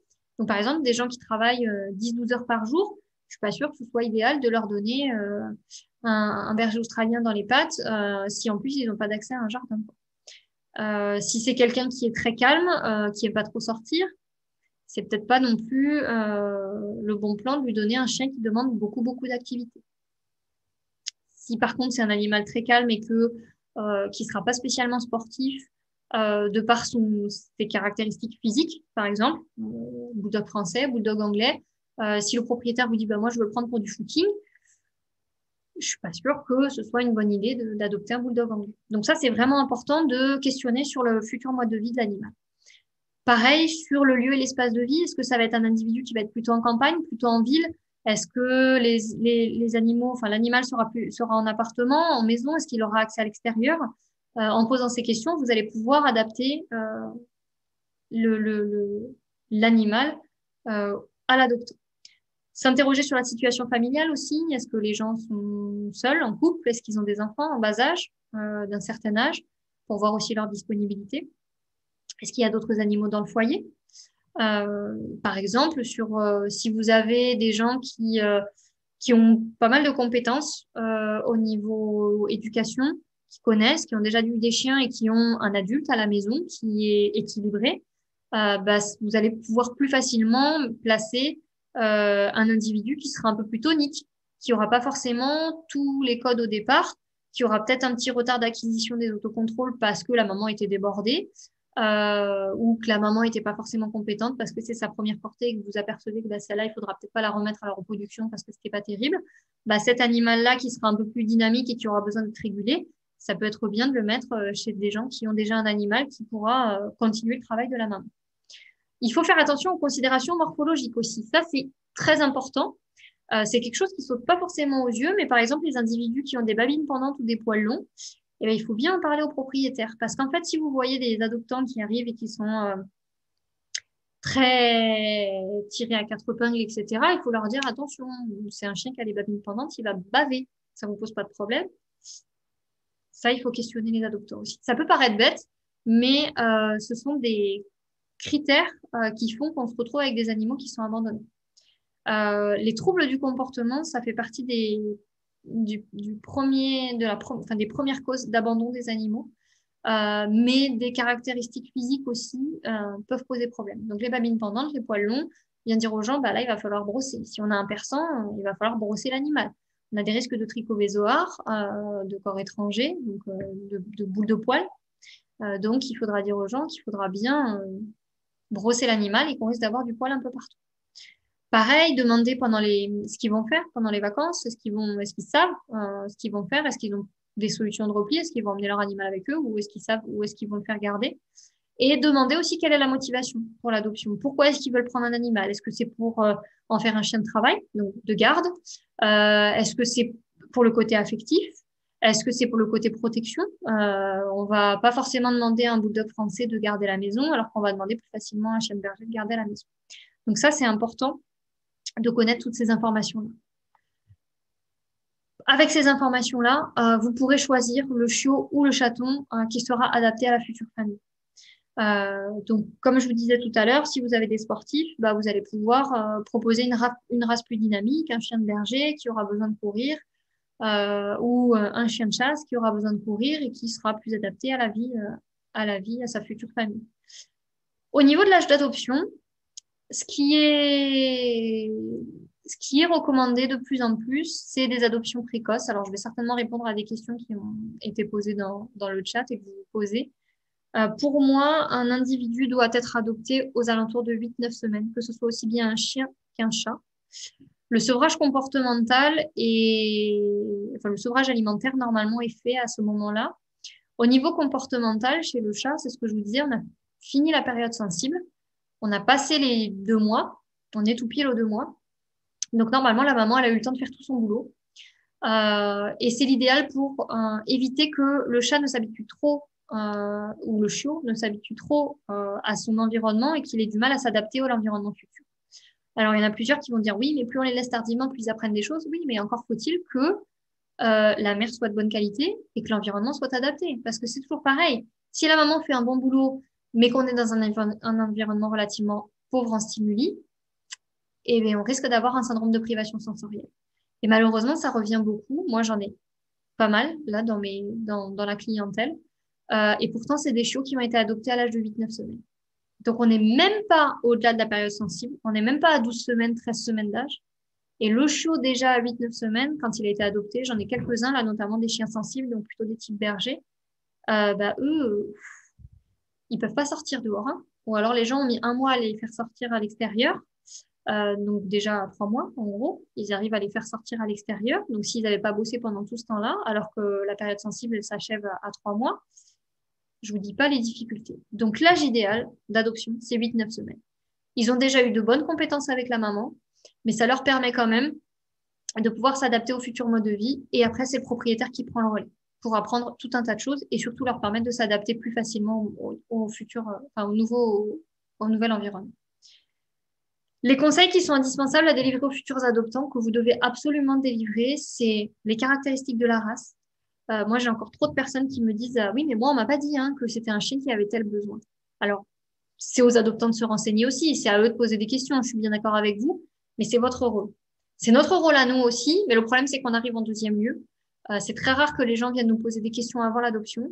Vous avez cette chance-là au moment où les gens viennent pour adopter, de faire des prévisites et de rencontrer les adoptants et de leur donner déjà des informations. Et ça, c'est vraiment, vraiment important de donner les caractéristiques de la race. On n'a pas du tout les mêmes caractéristiques sur un Cavalier King Charles et sur un Border Collie. On n'aura pas du tout le même pattern moteur. Un border collie va avoir des tendances à faire de la prédation, à courir après les choses en mouvement. Et oui, ça fait partie de son pattern moteur. Alors qu'un Cavalier King Charles n'aura pas du tout cette tendance-là. Donc, c'est très important. Et dans ces caractéristiques, il faut parler aussi des caractéristiques d'un point de vue santé. On sait que les Cavalier King Charles ont plus de risques de faire des troubles cardiaques. Les bulldogs, on va leur dire qu'il va falloir faire attention à la chaleur, etc. Voilà, donc ça c'est très très important. Il faudrait vraiment que vous délivriez un petit livret avec toutes ces informations. Et il faut également délivrer des informations sur les besoins de l'animal. Et ça permettra aux adoptants de préparer au mieux l'arrivée de l'animal. Donc par exemple, pour les besoins, ça va être l'alimentation à disposition chez le chat. C'est un animal qui a besoin de grimper partout. Donc si les gens sont très très très très proches de leur meuble et qui veulent surtout pas que l'animal monte sur les meubles, ça risque d'être compliqué. Parce que de monter sur aucun meuble, le chat risque d'être très frustré ou alors il y a intérêt à ce qu'il y ait je ne sais pas combien d'arbres à chat et de plateformes dans la maison. Pour les besoins physiologiques de l'animal, c'est de laisser l'eau à disposition. C'est pareil. Moi, j'ai encore des personnes qui conseillent, des éleveurs qui conseillent de retirer l'eau la nuit pour apprendre la propreté. Non, on ne peut pas conseiller ça. C'est pas possible parce que là, on ne respecte pas les besoins physiologiques de l'animal. Donc, c'est sûr, ça va aider à apprendre la propreté, mais en fait, on peut faire autrement. On peut proposer plein d'autres alternatives plutôt que de retirer l'eau à l'animal. On peut donner des conseils sur la propreté, l'apprentissage de la propreté, les besoins en activité masticatoire, en dépenses physiques, en dépenses psychologiques. Tout ça, ça doit être donné avant l'adoption et idéalement en prévisite, comme ça, en pré-adoption, une séance de pré-adoption. Comme ça, les futurs propriétaires ont le temps déjà d'adapter leur environnement. Voilà, donc en conclusion, vraiment, ce à quoi je voulais vraiment, ce sur quoi je veux vraiment appuyer, c'est vous avez un rôle très, très, très important dans le choix des reproducteurs et ce à quoi il faut faire attention, c'est au retour de vos acquéreurs. Demandez régulièrement des nouvelles, savoir comment se comporte l'animal, demandez des vidéos, profitez-en, demandez-leur. Envoyez-nous une vidéo de quand il interagit avec d'autres chiens. Déjà, rien que dans ces vidéos-là, vous allez pouvoir voir les interactions. Est-ce qu'elles sont brusques avec des petits chiens ou est-ce que le chat, des vidéos du chat quand il joue avec les propriétaires, est-ce qu'il met les griffes, est-ce qu'il met les dents, est-ce qu'il est brusque, est-ce qu'il arrive à s'arrêter, est-ce qu'il est... Voilà, plus vous aurez de retours comme ça, plus vous pourrez remonter à vos reproducteurs et voir si vos reproducteurs sont corrects ou pas. Vous avez un rôle très, très important, un travail très important dans la sociabilisation et l'enrichissement du milieu. C'est indispensable. Pensez vraiment que vous êtes en train de créer de produire des animaux qui doivent s'adapter à tout un tas d'environnements par la suite. Plus vous allez enrichir leur milieu, plus vous allez leur montrer différentes stimulations, plus ils s'adapteront facilement à tout type d'environnement par la suite. Et vous allez avoir différents types d'acquéreurs, donc forcément, il y aura différents types d'environnements. Et le but vraiment de cette sociabilisation, c'est vraiment d'avoir une adéquation entre ce milieu de développement et le milieu d'acquisition. Voilà, je vous remercie de votre attention et je pense qu'on va passer aux questions. Merci beaucoup, Océane. Il y a plein de questions et ça vient juste de démarrer. Maintenant, il y en a de plus en plus. On va essayer de les traiter toutes. Alors, pour démarrer, peut-être, on va prendre chronologiquement. Donc, au tout début, il y avait des questions je vais la lire tout simplement. J'attends de plus en plus souvent de dire que l'idéal est qu'un chiot soit éduqué par sa mère jusqu'à 3 mois et par conséquent ne devrait rejoindre sa famille qu'à ce moment. À 2 mois, est-ce vraiment trop tôt, surtout si les chiots ont été correctement sociabilisés? Donc, il y a toute une série de questions sur ça. Ce n'est pas chronologiquement du tout, mais c'était la première question qui était posée. C'est pour ça que j'ai commencé par ça. Mais après, ça s'enchaîne après tes dernières diapos où tu as traité le problème, cette question. Donc, il y a beaucoup de personnes qui disent est-ce que c'est vraiment nécessaire de le faire avant? Ils disent que c'est même impossible d'acheter actuellement un chaton avant l'âge de 12 semaines. Quelle que soit la race, parce qu'il y a certaines éleveurs de races spécifiques, mais ça concerne vraiment beaucoup des éleveurs. Nos enquêtes montrent qu'en effet, vous vendez les choses le plus souvent à 12 semaines. Donc, il y a des questions sur ce débat. Est-ce qu'on a des éléments scientifiques qui nous permettent de trancher sur la question? Honnêtement, oui, il y a eu beaucoup d'études qui ont été faites dans différents pays. Moi, je travaille beaucoup là-dessus, là, avec ma résidence, parce que justement, mon but, c'est la prévention des troubles du comportement. On a comparé des chiots qui ont été séparés, alors soit trop précocement, des chiots ou des chatons d'ailleurs, soit trop précocement avant l'âge de 8 semaines, où là, on a beaucoup plus de risques d'agressivité, de choses comme ça, ou de peur. Par contre, des individus adoptés trop tardivement, au-delà de 12 semaines, on a énormément de phobies. Et moi qui suis qui fais de la pratique, je le vois, hein, c'est terrible, aussi bien des animaux qui viennent d'élevage que des animaux qui viennent de particuliers. Au-delà de 12 semaines, alors ça va dépendre des races, hein, ça je dis pas le contraire. Quand on est sur des races plus sensibles, type berger, on a beaucoup plus de risques sur ces races-là que sur certaines races type terrier, qui sont beaucoup plus adaptables, moins sensibles. Mais par contre, au-delà de 12 semaines, oui, on a vraiment un risque important si le travail de sociabilisation n'est pas fait correctement. Après, honnêtement, alors moi, je ne suis pas éleveuse, c'est sûr, mais vous avez tellement de travail. C'est toujours pareil, ça dépend de la taille de l'élevage aussi. Mais je pense que vous avez énormément de travail et que pour assurer une sociabilisation parfaite et correcte du chiot ou du chaton, il faudrait avoir 1 ou 2 portées et 1 ou 2 reproducteurs pour pouvoir les vendre au-delà de 12 semaines. Alors, il y en a qui doivent être très, très bons, je pense. Mais honnêtement, au-delà de 12 semaines, je trouve que c'est très, très, très, très, très risqué. Et moi, j'en ai beaucoup là qui ont été adoptés déjà rien qu'à 9-10 semaines et qui ont un syndrome de privation sensorielle alors qu'ils viennent d'un élevage. Donc, au-delà de 12 semaines, c'est le problème en fait, c'est que on a passé cette période sensible. Donc, au-delà de cette période sensible, le chien ou le chaton aura beaucoup moins de capacité à s'adapter. C'est ça le souci. C'est que si on les adopte entre 8 et 12 semaines, on a encore une capacité d'adaptation dans le sens où on est toujours dans la période d'apprentissage et la période critique. Au-delà de cette période, ça va être beaucoup, beaucoup, beaucoup plus compliqué. Et qu'est-ce qu'on peut faire si c'est nécessaire que l'animal reste plus de temps à l'élevage? Notamment, il y a une question, qu'est-ce qu'on fait si l'animal il est gardé en élevage jusqu'à 4 mois? C'est vrai que ça arrive, parfois les éleveurs n'arrivent pas de vendre, il y a des réservations un peu plus longues. Qu'est-ce qu'on peut faire pour apporter des éléments de Dans ces cas-là, socialisation? on fait comme si c'était notre propre animal. Surtout si c'est 1 ou 2 individus, pour le coup, là, on essaie vraiment de faire élevage sans barrière et il vient vivre à la maison. Et on fait comme si c'était notre propre animal. Donc, si c'est un chien, on l'emmène balader. Dès l'âge de 6-8 semaines, il va balader avec les autres congénères. On l'emmène en animalerie, on l'emmène un peu partout pour lui faire découvrir le plus possible l'environnement. Et si c'est un chat, c'est pareil, quoi. Il est vraiment le plus possible chez nous. Alors, si c'est un chat qui va avoir accès à l'extérieur, en plus, on peut lui proposer un accès à l'extérieur. Si c'est un chat qui va rester en intérieur strict, on va le garder en intérieur strict. Mais le mieux, c'est de le faire vivre dans la famille pour vraiment l'adapter au mieux. Moi, j'en ai eu justement quelques-uns parce que voilà, la vente n'avait pas été possible, parce que les gens ne pouvaient pas le prendre avant. Et si le travail de sociabilisation n'est pas fait et que le chien est laissé avec les autres congénères ou le chat est laissé avec les autres congénères sans autre contact sociaux, souvent on a des soucis. Donc le mieux c'est d'en faire un animal, d'en faire notre animal en fait. Voilà, de le considérer comme si c'était le nôtre.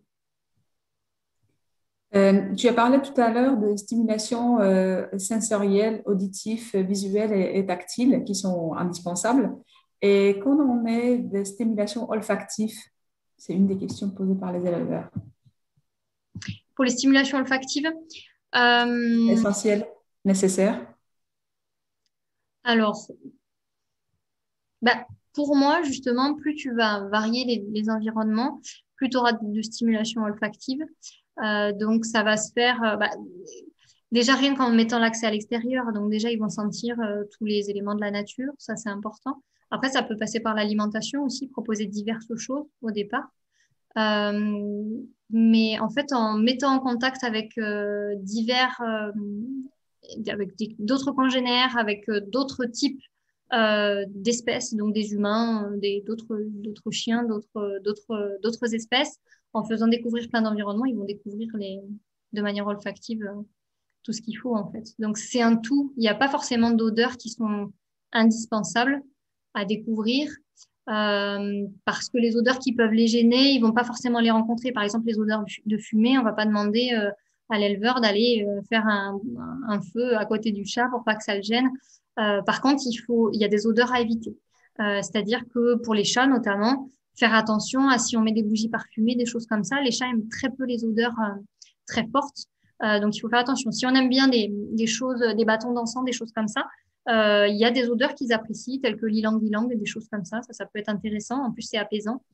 Mais par contre, il faut faire attention. La menthe poivrée, des odeurs comme ça, ils n'aiment pas trop. Donc, il faut sélectionner des odeurs. Mais honnêtement, en enrichissant le milieu, ils obtiendront déjà les odeurs qu'ils veulent.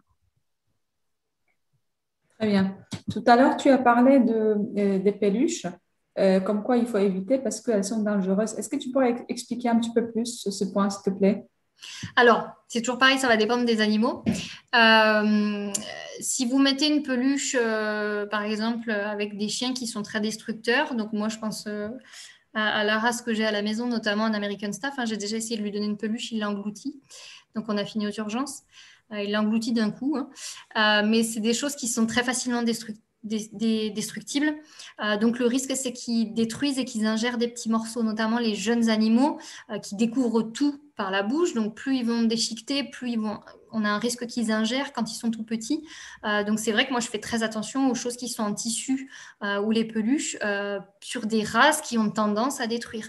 Après c'est toujours pareil, il y en a qui aiment ça, il y a des petites races qui adorent ça, c'est rassurant pour eux. Il faut juste, pour moi c'est sous surveillance en fait. On peut leur en donner, mais il faut vraiment s'assurer qu'il n'y ait pas de destruction, donc ça doit être vraiment fait sous surveillance.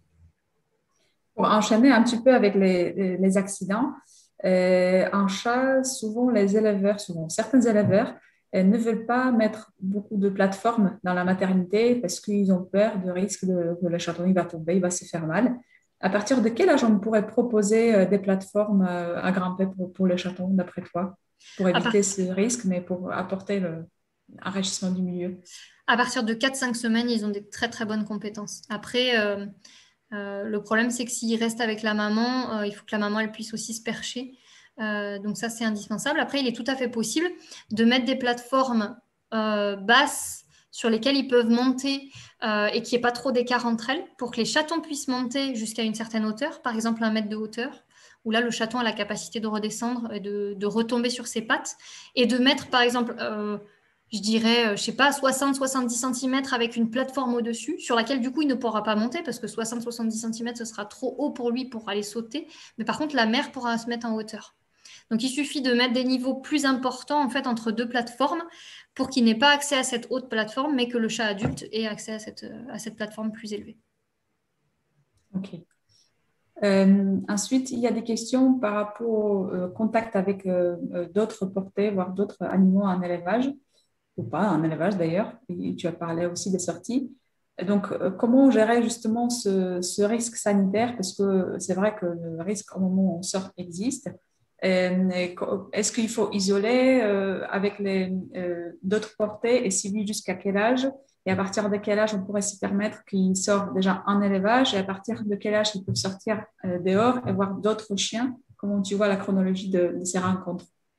Alors, bon, déjà, d'un point de vue sanitaire, première chose, la vaccination. Plus on vaccine les reproducteurs, plus on a une bonne immunité, donc on favorise une bonne immunité chez les jeunes. Après, ce qu'il faut, c'est respecter des règles d'hygiène qui, je pense, parlent à tous les éleveurs qui connaissent et surtout contrôler l'environnement dans lequel on va les mettre. Pour moi, à partir de l'âge d'1 mois, aussi bien chez le chien que chez le chat, on peut déjà les faire sortir, au moins dans l'élevage. Je pense que dans vos élevages, vous essayez de faire en sorte que ce soit propre, que vos espaces verts soient propres. De toute façon, si les individus sont correctement vaccinés et correctement déparasités, il n'y a pas de risque que l'environnement soit souillé. Alors, on a des animaux sauvages, hein, mais bon, les pies, les choses comme ça, le risque sanitaire est quand même assez faible. Et de toute façon, ce n'est pas en mettant les animaux dans une bulle qu'on va les protéger complètement. Au contraire, ils risquent d'être plus fragiles par la suite. Moi, j'ai eu affaire plusieurs fois à des portées. Alors, c'était pas des éleveurs professionnels, mais des chiots qu'on a sortis assez rapidement, dès l'âge d'1 mois, qu'on mettait dans des environnements sécurisés, dans des endroits où il y avait de l'herbe, où on contrôlait l'environnement, où il n'y avait pas trop d'autres chiens. Et ça se passait très très bien, il n'y a jamais eu de soucis. Après, on va sélectionner. Donc, effectivement, à partir de l'âge d'1 mois, on peut les faire sortir en dehors dehors dans l'élevage. Et pour moi, à partir de 5-6 semaines, on peut déjà commencer à les faire sortir en dehors de l'élevage. Après, c'est toujours pareil, on ne va pas les emmener en centre-ville, dans un canipark ou dans une animalerie à cet âge-là, tant qu'il n'y a pas eu le premier vaccin. Et encore que l'animalerie, c'est ce que je disais tout à l'heure, si on le met dans le sac et qu'on l'emmène, qu'on ne le laisse pas tripoter à tout le monde, par contre, il aura une quantité de stimulation olfactive, auditive et visuelle qui va être énorme. Et ça peut être très chouette. Il suffit juste de dire aux gens, non, vous ne touchez pas, ça c'est tout à fait possible. Les emmener 2 par 2, alors ça dépend des races de chiens aussi, hein, parce qu'à 6 semaines, il y en a qui sont déjà très costauds. Mais ça c'est tout à fait possible, il suffit de contrôler l'environnement et d'un point de vue sanitaire, ça doit rouler. Et avec les congénères, souvent, les éleveurs ont quand même des animaux à eux, donc ils sont protégés. Donc on peut les mettre en contact avec ces animaux-là. Et après, dans les amis, la famille, il suffit de contrôler le carnet de santé, les vaccinations et les mettre en contact avec ces individus-là. Tu as parlé aussi des balades en voiture. Mm. Est-ce que, par exemple, une balade en voiture, mais dans le but d'aller se vacciner justement chez un vétérinaire, est-ce que ça peut convenir? Ça peut convenir, mais c'est déjà un peu tard parce qu'en général, alors ça dépend, des fois on fait des vaccinations très précoces à l'âge de 4 ou 6 semaines, mais souvent le premier vaccin est plutôt aux alentours de 7-8 semaines. Donc si on peut le faire déjà avant, de les habituer au bruit du moteur, etc., ça peut être bien. Ok. Il y a des questions aussi par rapport à comportement maternel. Qu'est-ce qu'on peut faire dans les cas où la mère n'a pas vraiment un instinct maternel très fort?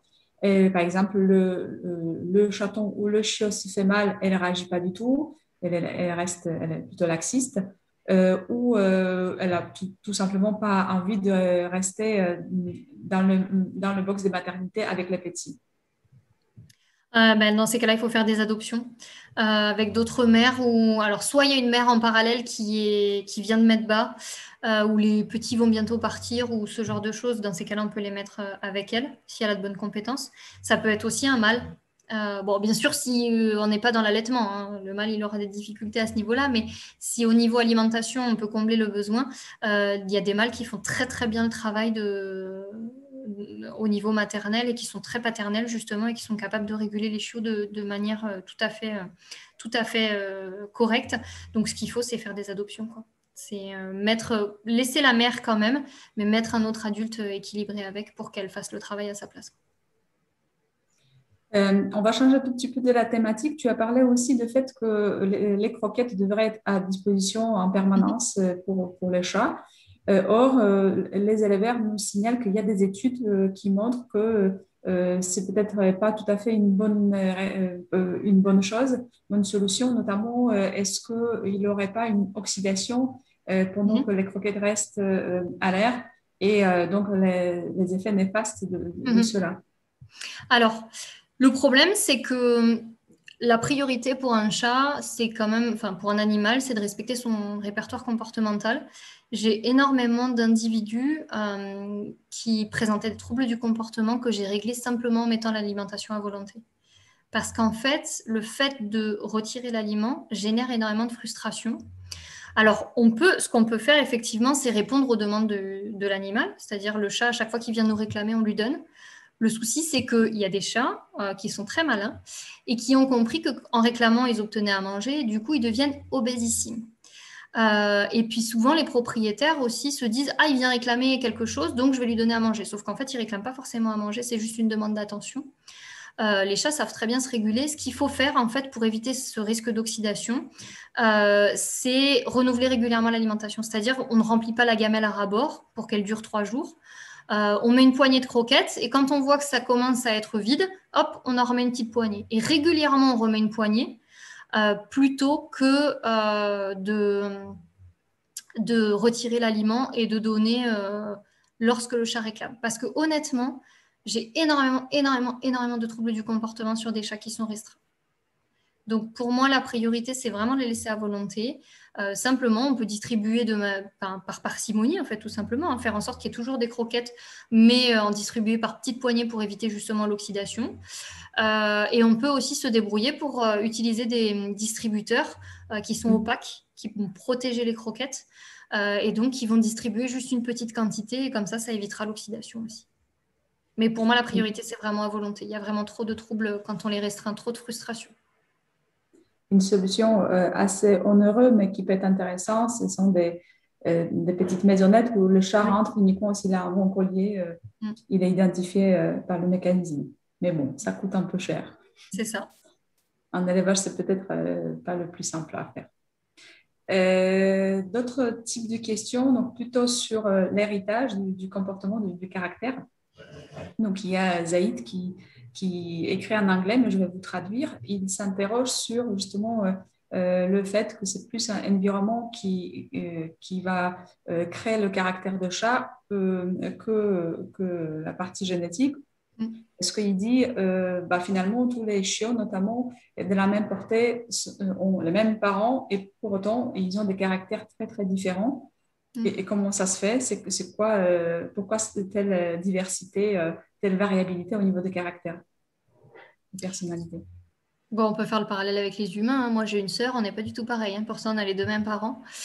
C'est comme ça, on a notre part de génétique, on a notre part de... En fait, il fait différencier le comportement de la personnalité. Chaque individu naît avec sa personnalité.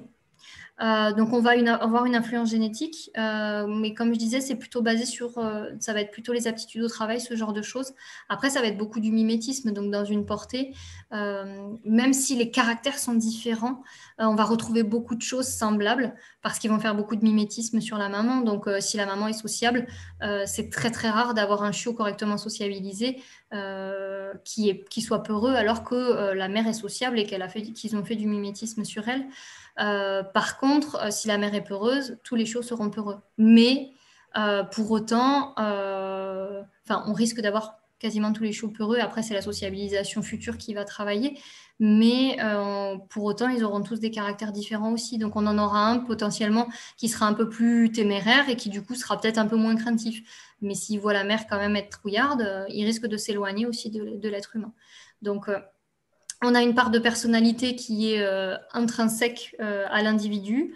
On a une part de génétique mais qui est très très faible et c'est surtout le mimétisme et l'environnement qui va jouer sur le comportement. C'est comme ça. Après, on a très très peu d'études. En fait, ils ne savent pas trop d'un point de vue génétique. C'est encore très compliqué. On a très peu d'études sur l'influence génétique du comportement. Mais ce qu'ils savent, ce qu'on sait, c'est qu'on a très peu d'héritabilité des caractéristiques comportementales. Ok. Et justement, par rapport à agressivité, il y a une question. Donc, pouvez-vous revenir sur la transmission génétique des caractères comportementaux? J'ai cru comprendre qu'il y a peu de transmission génétique. Oui. Dans ce cas, pourquoi recommandez-vous d'écarter absolument les pères agressifs? Normalement, cela ne devrait pas avoir de conséquences sur les chatons. Eh bien, le problème, c'est que, alors, c'est toujours pareil, c'est si le père n'a jamais de contact avec les animaux, c'est sûr qu'il y a moins de risques, mais n'empêche qu'il y a des études là qui sont sorties sur les chats et les pères chats, où ils ont comparé justement une portée d'un père qui n'était pas du tout sociable, pas du tout socialisé à l'humain, et une portée d'un père socialisé à l'humain, et on avait beaucoup plus de chats, enfin les chatons étaient moins enclins à aller vers l'humain, une fois sevrés, que les chatons qui étaient issus d'une portée dont le père était correctement socialisé. Donc, comme je vous ai dit, il y a quand même une transmission génétique et après, il y a beaucoup de mimétisme. Donc, ça va dépendre aussi si le père est au contact des chatons ou pas au fur et à mesure. Mais il y a quand même une transmission génétique. Donc, oui, il vaut mieux éviter d'avoir un animal agressif au sein de l'environnement. Et puis de toute façon, quel est l'intérêt de garder un animal agressif à partir du moment où il faut quand même qu'il ait des contacts sociaux, etc. Donc ça va être désagréable pour les autres reproducteurs. Ça va être désagréable avec les chatons parce qu'il ne pourra pas être en contact avec eux. Donc je ne vois pas trop l'intérêt. C'est-à-dire, les chats, souvent, ils sont quand même tout seuls parce que d'après le retour qu'on a de la part des éleveurs, deux chats mâles ensemble, c'est rare que ça se passe bien. Donc, souvent, ils sont isolés. Et parfois, je pense qu'ils ne peuvent même pas rendre compte forcément qu'il y a cette agressivité parce qu'ils vont l'associer surtout avec le contact mâle-mâle. Non, mais là, ça va être plus de l'agressivité humaine, en fait. Vis-à-vis de l'homme. Ouais, vis-à-vis de l'homme. Après, c'est sûr que les deux chats mâles entre eux, ça peut être un peu plus compliqué, mais les deux chiens entiers, ça peut très bien se passer, et deux chats entiers, ça peut très bien se passer aussi. Mais après, j'imagine que le mâle peut être au contact des femelles aussi, donc quand elles sont pas en chaleur, donc c'est important aussi qu'il soit pas agressif, quoi. De toute façon, en fait, il faut essayer de mettre le plus possible les chances de notre côté. Plus on aura un individu équilibré et sain, plus on a de chances que les portées soient équilibrées et saines. Et encore une fois, c'est ce que je disais en introduction, ça doit être le but ultime d'un éleveur, c'est de produire des animaux qui soient équilibrés, qui soient capables de vivre dans d'autres circonstances. Donc, il vaut mieux écarter les individus qui sont pas complètement équilibrés. On change un peu de sujet. Maintenant, on va parler plus de propreté.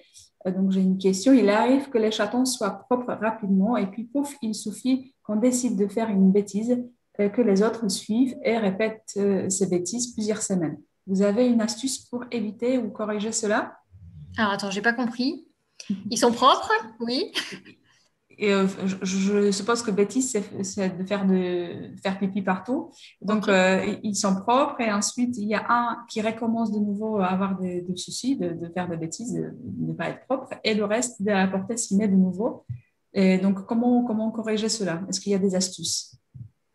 Bah, là, il faut recommencer d'un peu de zéro. Donc, il faut essayer de faire tout ce qu'on peut au niveau de la propreté, donc c'est-à-dire avoir des litières propres, multiplier les litières, les bacs à litière, laisser le plus possible les chatons en présence de la mère parce que la mère va aller dans la litière et donc justement ils vont faire du mimétisme là-dessus.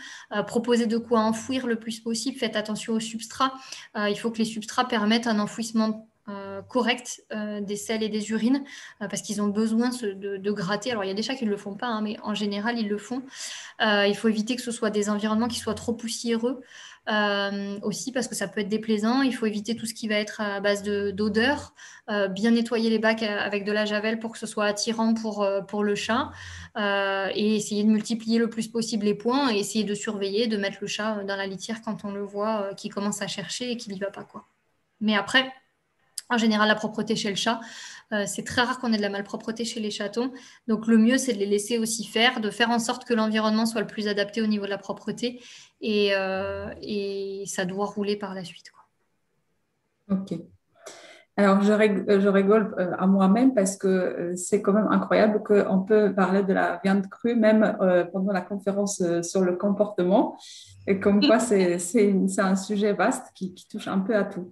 Donc, on a une question sur gestion de l'alimentation pendant le sevrage, mais dans le contexte comportemental. Parallèlement au sevrage et à l'arrivée des croquettes dans l'alimentation des chiots, que peut-on leur donner pour varier les plaisirs, les textures, etc. en termes d'aliments? On entend que la viande crue, par exemple, est interdite, mais certains éleveurs le font. Qu'en penses-tu, Océane? Alors, le souci de la viande crue, c'est plus par rapport au risque sanitaire et par rapport au risque de troubles digestifs qu'on peut avoir à cet âge-là. Moi, je suis plutôt pour essayer de proposer plusieurs choses aussi aux jeunes animaux pour essayer de les habituer à plein de choses. Même sur les propriétaires que j'ai, je leur conseille souvent de donner un petit peu de pâté en plus des croquettes pour les habituer à différentes textures. Parce qu'effectivement, le jour où le chat a une insuffisance rénale et qu'il doit manger beaucoup de pâté qu'il n'en a jamais mangé et qu'il déteste ça, ça va être compliqué. Comme le chien, s'il a besoin de manger plus de pâté parce qu'il y a tel ou tel problème, c'est bien qu'il soit habitué à diverses choses. Donc, c'est bien de diversifier un petit peu l'alimentation en donnant des petites choses, mais il faut quand même que le plat principal soit toujours le même. Qu'est-ce qu'on peut donner au niveau des textures? Des petites pâtés, justement, des petites choses, un peu de pâté, de la viande crue. C'est toujours pareil, ça va dépendre ça peut être source de risque sanitaire, donc il faut être sûr de bien vermifuger, il faut être sûr que ce soit de la viande de bonne qualité. Après, effectivement, j'ai des personnes qui en donnent, donc tant que c'est en ponctuel et que c'est pour habituer l'animal et que c'est pas du plat principal, pourquoi pas.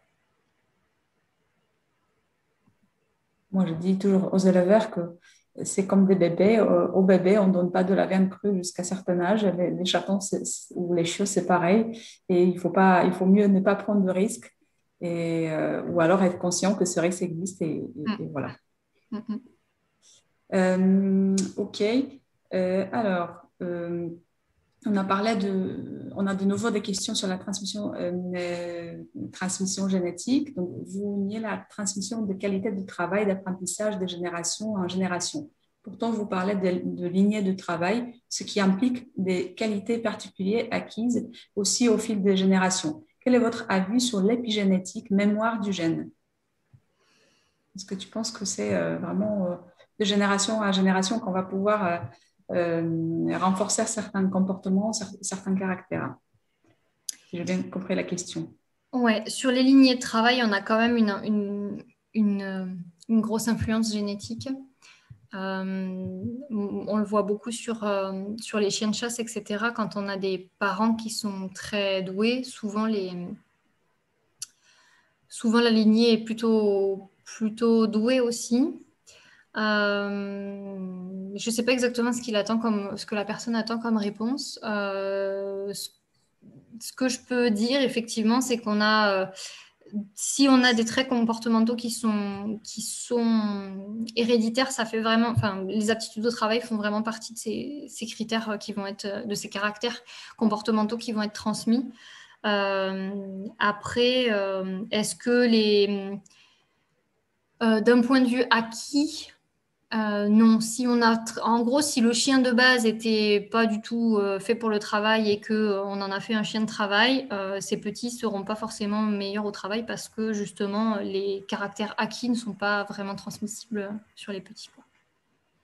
Donc on Ok. n'en fera pas forcément des bons chiens de travail parce que le chien, on a réussi à en faire un chien de travail, quoi. Je sais pas si c'est ça qu'il attendait comme réponse à la question. Hum, On verra si vous voulez répondre ou faire un signe si ça vous satisfait. Peut-être dans la boîte de chat, ça va être plus facile à trouver. Bon, on verra ça plus tard. Euh, Si les chatons mordent et griffent toujours à 9 semaines et qu'aucun chat ne peut prendre le relais, je suppose, dans l'éducation, y a-t-il des gestes que on peut faire pour améliorer leur comportement? Alors, déjà, on joue jamais avec les mains. Ça, c'est la première chose que je répète, je pense, à tous mes clients. Ne jamais jouer avec les mains pour éviter de trop stimuler l'animal et trop l'exciter. Souvent, les gens aiment bien gratouiller le ventre là très très très très fort. C'est le meilleur moyen d'exciter le chaton et de le faire mordiller ou griffer. Ce qu'il faut, c'est le reprendre. C'est-à-dire que s'il vient nous chercher au niveau des mains avec les griffes ou les dents, c'est le reprendre avec un nom. Éventuellement la peau du cou. À 8 semaines, c'est encore possible d'attraper par la peau du cou. Le but, c'est pas de le secouer, hein. Ça peut juste être d'attraper par la peau du cou. S'il a été correctement socialisé, qu'il est bien resté avec sa maman, ça doit l'inhiber. On le pose et on lui propose une autre activité. Mais surtout, on ne reprend pas l'activité qui était déjà en cours parce que c'était ce qui était source d'excitation et c'est pour lui faire comprendre que là, stop, tu as poussé le bouchon un peu trop loin, donc ça, on arrête, maintenant on fait autre chose. Par contre, je ne suis pas du tout pour les pichenettes ou quoi que ce soit parce que c'est pas forcément très productif. Si le chaton à 8-9 semaines, il mordit, il griffe beaucoup, peut-être qu'il a un petit déficit des autocontrôles, donc on risque plus de générer de la frustration. Donc c'est plutôt stopper la séquence, éventuellement attraper par la peau du cou sur des très très jeunes animaux. On stoppe la séquence et on redirige derrière. Donc non. Et on redirige sur un jouet quelque chose pour qu'il puisse défouler sa frustration. Voilà. Ok, très clair. Et que conseillez-vous pour une chatte qui a développé au fil de ses portées un souci au niveau de léchage? Elle surlèche les oreilles de ses chatons au point d'engendrer des croûtes. Et sur sa dernière portée, une paire d'un bout d'oreille à force de lui infliger croûte sur croûte. Qu'est-ce que tu en penses des femelles comme ça? Est-ce qu'il faut les garder tout simplement pour la reproduction? Non, il faut l'écarter de la reproduction, cette chatte. Il y a un Et, souci, elle fait ça. Alors peut-être que c'est pour s'apaiser, mais ça dépend peut-être de son âge. Mais peut-être qu'il faut, enfin, il faut l'écarter de la reproduction parce que là, il y a trop de risques pour les chatons, donc il faut l'écarter de la reproduction. et à un moment donné, comme on se retrouve avec une chatte comme ça, qu'est-ce qu'il faut faire? Il faut l'isoler ou est-ce qu'il faut privilégier quand même le côté éducation? Comment réagir? Euh, alors, si c'est la première fois que ça arrive, il vaut mieux pas isoler, sauf si on a des mères qui peuvent prendre le relais. Sinon,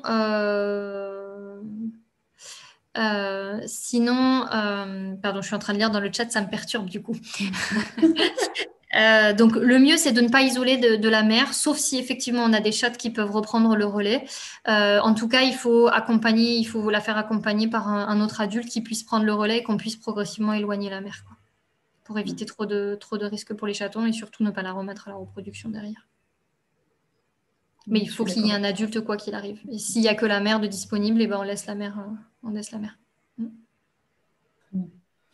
Une autre question. Comment éviter les troubles du comportement ou un hyperattachement lorsque le chiot est unique? Mm. Et ben, on va chercher les petits d'une autre portée et puis on va les mettre avec. J'ai eu plusieurs éleveurs qui ont fait ça quand on a un chiot unique. Là, j'avais eu un teckel qui avait été élevé par des Yorkshire ou quelque chose comme ça. Souvent, il faut faire ça en fait. Il faut les replacer avec une autre portée. C'est l'idéal de mettre les mères ensemble si elles peuvent se tolérer et d'aller mettre le chiot avec une autre portée ou simplement séparer le chiot de sa mère et de le mettre avec une autre portée pour qu'il y ait un report d'attachement. Mais il faut le faire tout de suite. On peut effectivement avoir des soucis sur un chiot unique. C'est pas obligatoire, mais le mieux, c'est qu'effectivement, il soit mis avec d'autres chiots pour éviter les soucis, quoi. Et qu'est-ce que tu penses de contact du père avec le chaton? Est-ce que c'est bien de laisser un contact entre le chaton et le père? Est-ce qu'on peut le mettre dans la maternité avec toute la portée? Bah, si le père est correctement socialisé, oui. Oui, oui, Est-ce oui. qu'il va contribuer à l'éducation d'ailleurs? Oui, il peut. Il peut. C'est toujours pareil, ça va dépendre des pères. Donc ça va dépendre des retours qu'on va avoir. De toute façon, il faut le tenter, hein. Si le chat est cool, il faut le laisser avec la portée et voir s'il a un intérêt ou pas. Si ça crée plus de conflits plutôt que d'aide, bah, dans ces cas-là, on le retire. Mais plus les chatons seront au contact d'individus différents, et mieux ce sera. Ta réponse précédente a enchaîné plusieurs questions du coup sur le chiot unique, sur, le jeune unique. Et qu'est-ce qu'on peut faire si on n'a pas d'autres portées en même temps? Et on le laisse avec la maman.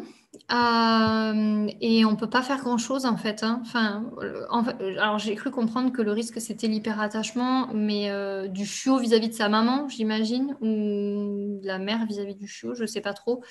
Euh, on peut mettre des peluches déjà pour faire office de petit copain entre guillemets. Si on a d'autres animaux, on peut mettre d'autres animaux avec. Après, si on n'a pas le choix, à un moment donné, on peut pas faire des miracles. Dans tous les cas, il faudra quand même laisser le chiot le plus possible avec la maman et puis interagir avec lui. Malheureusement, on ne pourra pas faire grand-chose de plus que ce que j'ai conseillé dans la conférence, d'interagir avec lui, de sociabiliser au maximum, de le mettre en contact avec d'autres congénères. Et après, c'est à voir quand il sera adopté. Mais bon, j'ai des chiots uniques pour lesquels ça se passe très bien. Après, par la suite, hein, on a un peu plus de risque d'hyperattachement sur les propriétaires. Mais si on travaille bien la sociabilisation, qu'on les met avec d'autres congénères aussi le plus rapidement possible, avec des chiens adultes ou des choses comme ça. Après, ça peut être de la famille, d'autres congénères qu'on peut faire rencontrer régulièrement. En général, ça se passe bien. Ok. Alors, une autre question, on change un peu de sujet. Pour les chatons, si l'adoptant veut le mettre en contact occasionnel avec des chiens, quelle est la bonne période pour qu'il n'y ait pas d'agressivité entre les deux? En gros, à quel moment tu vas commencer les rencontres entre les deux? Je suppose qu'il n'y avait pas contact en élevage avant avec un chien. C'est la première fois que le chaton voit le chien. Le chaton, le plus tôt possible. Le gros souci qu'on va avoir, c'est le chien. Est-ce qu'il a déjà vu des chats? Parce que le problème, c'est que si le chien n'a jamais été sociabilisé avec un chat, il peut aussi bien avoir envie de le manger, de faire de la prédation, que de trouver ça super rigolo. Donc, en général, si c'est un jeune animal qui arrive, il faut surtout plus se méfier de l'animal qui était déjà là et qui n'a peut-être pas connu. Donc, si c'est un jeune chiot qui va rencontrer un chat, le jeune chiot, il faut le mettre en contact avec le chat le plus rapidement possible, tout en laissant la possibilité au chat de fuir, bien sûr, de se mettre en hauteur et de se cacher, parce que souvent, si on a des chats d'un certain âge qui voient arriver une petite tornade à la maison, c'est compliqué. Par contre, quand c'est un chaton qui arrive et qui va rencontrer un chien, le souci, c'est qu'il faut être sûr de la sociabilisation du chien. Parce que si on n'est pas sûr de la sociabilisation du chien, on a un risque important que le chaton soit croqué. Donc, il faut faire ça en toute sécurité. Après, le plus tôt sera le mieux. Donc, dès l'adoption, alors pas le premier jour, hein, le pauvre, on ne va pas trop le perturber, mais très rapidement, entre 2 et 3 mois, le mettre en contact avec un chien, c'est très bien. De manière ponctuelle et en y allant progressivement, en mettant en sécurité le chaton et en faisant en sorte que le chien ne puisse pas lui foncer dessus. Très bien. Alors, une autre question. Comment éviter que les chiots élevés en chenille n'ingèrent leur sel? Comment éviter la coprophagie? Est-ce que déjà c'est quelque chose de systématique et est-ce qu'on peut éviter ça? Et est-ce que ça peut être peut-être... Alors, c'est pas forcément systématique. Après, c'est pas anormal. On considère que les chiots peuvent faire de la coprophagie jusqu'à l'âge de 4-5 mois sans que forcément ce soit pathologique. Si on veut vraiment éviter la coprophagie, alors il y a des choses qui existent. Et il y a le copronate qu'on peut utiliser. C'est du spray qu'on peut mettre sur l'alimentation en fait, des uns et des autres. Ça permet de donner une certaine odeur au sel et un certain goût. Et en général, ça limite la coprophagie. Après, honnêtement, pour moi, ça ne me choque pas et ça ne m'inquiète pas. En plus, ils voient la mère faire. Donc, jusqu'à l'âge de 2 mois, enfin, jusqu'à ce qu'il soit adopté, c'est pas extrêmement choquant. Après, c'est pas quelque chose qui est obligatoire et systématique, mais il y a des chiots qui le font. Donc, on peut tenter le copronate et après, encore une fois, il faut pas forcément se fixer là-dessus, mais on peut les reprendre aussi, hein, quand on les voit faire, on peut leur dire non et les rediriger sur autre chose et nettoyer dès que possible. Mais c'est pas quelque chose qui m'affole. Si je peux ajouter quelque chose, c'est penser toujours aussi à vérifier s'il n'y a pas des parasites, parce que Oui. certains parasites provoquent, en fait, donnent le goût de gras au sel, c'est-à-dire on a plus de matière grasse dans les sels, et donc moi, c'est intéressant alimentairement parlant à d'autres chiots. Donc ça peut être aussi pathologique, symptôme d'une pathologie. Oui, bien sûr. Et puis ça peut être alimentaire aussi, hein. Si l'alimentation ne convient pas ou que les chiens digèrent mal et qu'il reste beaucoup de choses dans les selles, ça peut les inciter à manger les selles. Donc il faut faire attention à ça. Là, je parlais vraiment du point de vue comportemental, mais effectivement, il faut faire attention à tout ce qui est alimentaire, parasitisme. Une autre question. Dans certaines races, les chiots sont enlevés à la mer entre les tétés pour éviter les écrasements et étouffements et afin de laisser la mer récupérer. Qu'en pensez-vous? Oui, de toute façon, il faut laisser la possibilité à la mère de s'isoler. Après, il ne faut pas l'isoler pendant 3 heures, ça c'est sûr. Mais au moment de la période de transition et de sociabilisation, on peut déjà commencer à laisser à la mère la possibilité d'aller dans une courette et d'aller s'aérer un peu l'esprit, hein. Elle n'a pas forcément envie d'être tout le temps collée aux chiots. Tant que les chiots restent entre eux ou tant que les chatons restent entre eux. Par contre, il ne faut pas qu'elle s'éloigne pendant 3 heures non plus, quoi. Mais elle peut tout à fait souffler et prendre du temps pour elle, entre guillemets. Et c'est là que les autres adultes sont importants aussi, qui peuvent prendre le relais pour laisser souffler la mère. Donc, non, au contraire, ça ne me pose pas de souci à partir du moment où c'est fait de manière modérée. Ok. Une autre question, plus sur les adultes. Maintenant, comment gérer les soucis d'attente entre les mâles, castrés ou pas? Je pense que c'est plus, quoique ça peut être pour les deux espèces. Je sais qu'il y a, dans certaines races, notamment, on voit souvent les mâles complètement isolés en chien, parce que les éleveurs nous disent qu'on a vraiment des problèmes. Dès qu'on met deux mâles ensemble, tout de suite, il y a un bagarre. Donc, comment on peut faire pour éviter un chien ou un chat là-dessus? C'est une question de sociabilisation, encore une fois. Le gros souci dans les élevages, c'est que c'est vrai que souvent, En fait, je vois pas pourquoi des particuliers arriveraient à avoir un chien mâle entier sociable et pas des éleveurs. Donc, mais c'est vrai. Moi, j'ai un mâle entier. Il est très sociable avec les chiens. Pourtant, c'est un American Staff et j'ai aucun problème avec les mâles entiers à partir du moment où ils viennent pas lui chercher des noises ou ils viennent pas l'agresser. Il peut se balader avec n'importe quel chien, qu'il soit entier, petit, gros. Ça ne pose aucun problème. Et ça, c'est une question de sociabilisation. Donc, pour moi, si on les sociabilise dès le départ, il n'y a pas de raison qu'il y ait de conflit, à part éventuellement pendant les chaleurs. Ça, c'est normal. Pendant les chaleurs des chiennes, on peut avoir forcément des conflits entre les mâles. Mais en dehors de ces périodes-là, je vois pas pourquoi on pourrait pas les mettre entre eux. Si on les sociabilise bien, il n'y a pas de raison que ça matche pas. Après, bon, il y en a certains qui ont un caractère très particulier et qui font qu'ils ne vont pas tolérer les autres mâles. Mais pour moi, ça se travaille toujours. Enfin, pour l'avoir eu à la maison, moi, le mien, il a fait le kéké aussi à l'âge de l'adolescence. Il est devenu un peu bête avec les autres mâles entiers. Et ben, ça pose pas de souci. Je l'ai travaillé à fond avec les autres mâles entiers et je n'ai plus aucun problème. Mais par contre, ça demande du travail. Donc après, si c'est peut-être, je pense que c'est une question de facilité aussi. Comme on veut pas avoir de conflit, on les isole. Ce que je peux comprendre, parce qu'on a aussi d'autres choses à faire en tant qu'éleveur. Mais pour moi, on peut les mettre ensemble à partir du moment où on travaille la socialisation et où on évite les périodes à risque au moment des chaleurs aussi. Ce n'est pas une question, mais c'est une remarque. Donc, il y a une étudiante vétérinaire d'Iran qui est ce soir avec nous, qui te remercie pour la conférence et pour tout le partage d'informations grâce à ta conférence. Donc, c'est gentil d'avoir témoigné. Alors, une autre question. Donc, on va encore continuer jusqu'à 45. Après, on s'arrête parce que la pauvre Océane, il faut qu'elle boive quelque chose, je pense. C'est ça. Alors, en ce qui concerne les soins de la mère aux chiots et ce que vos études prennent en compte, les races ou la mise bas et par césarienne.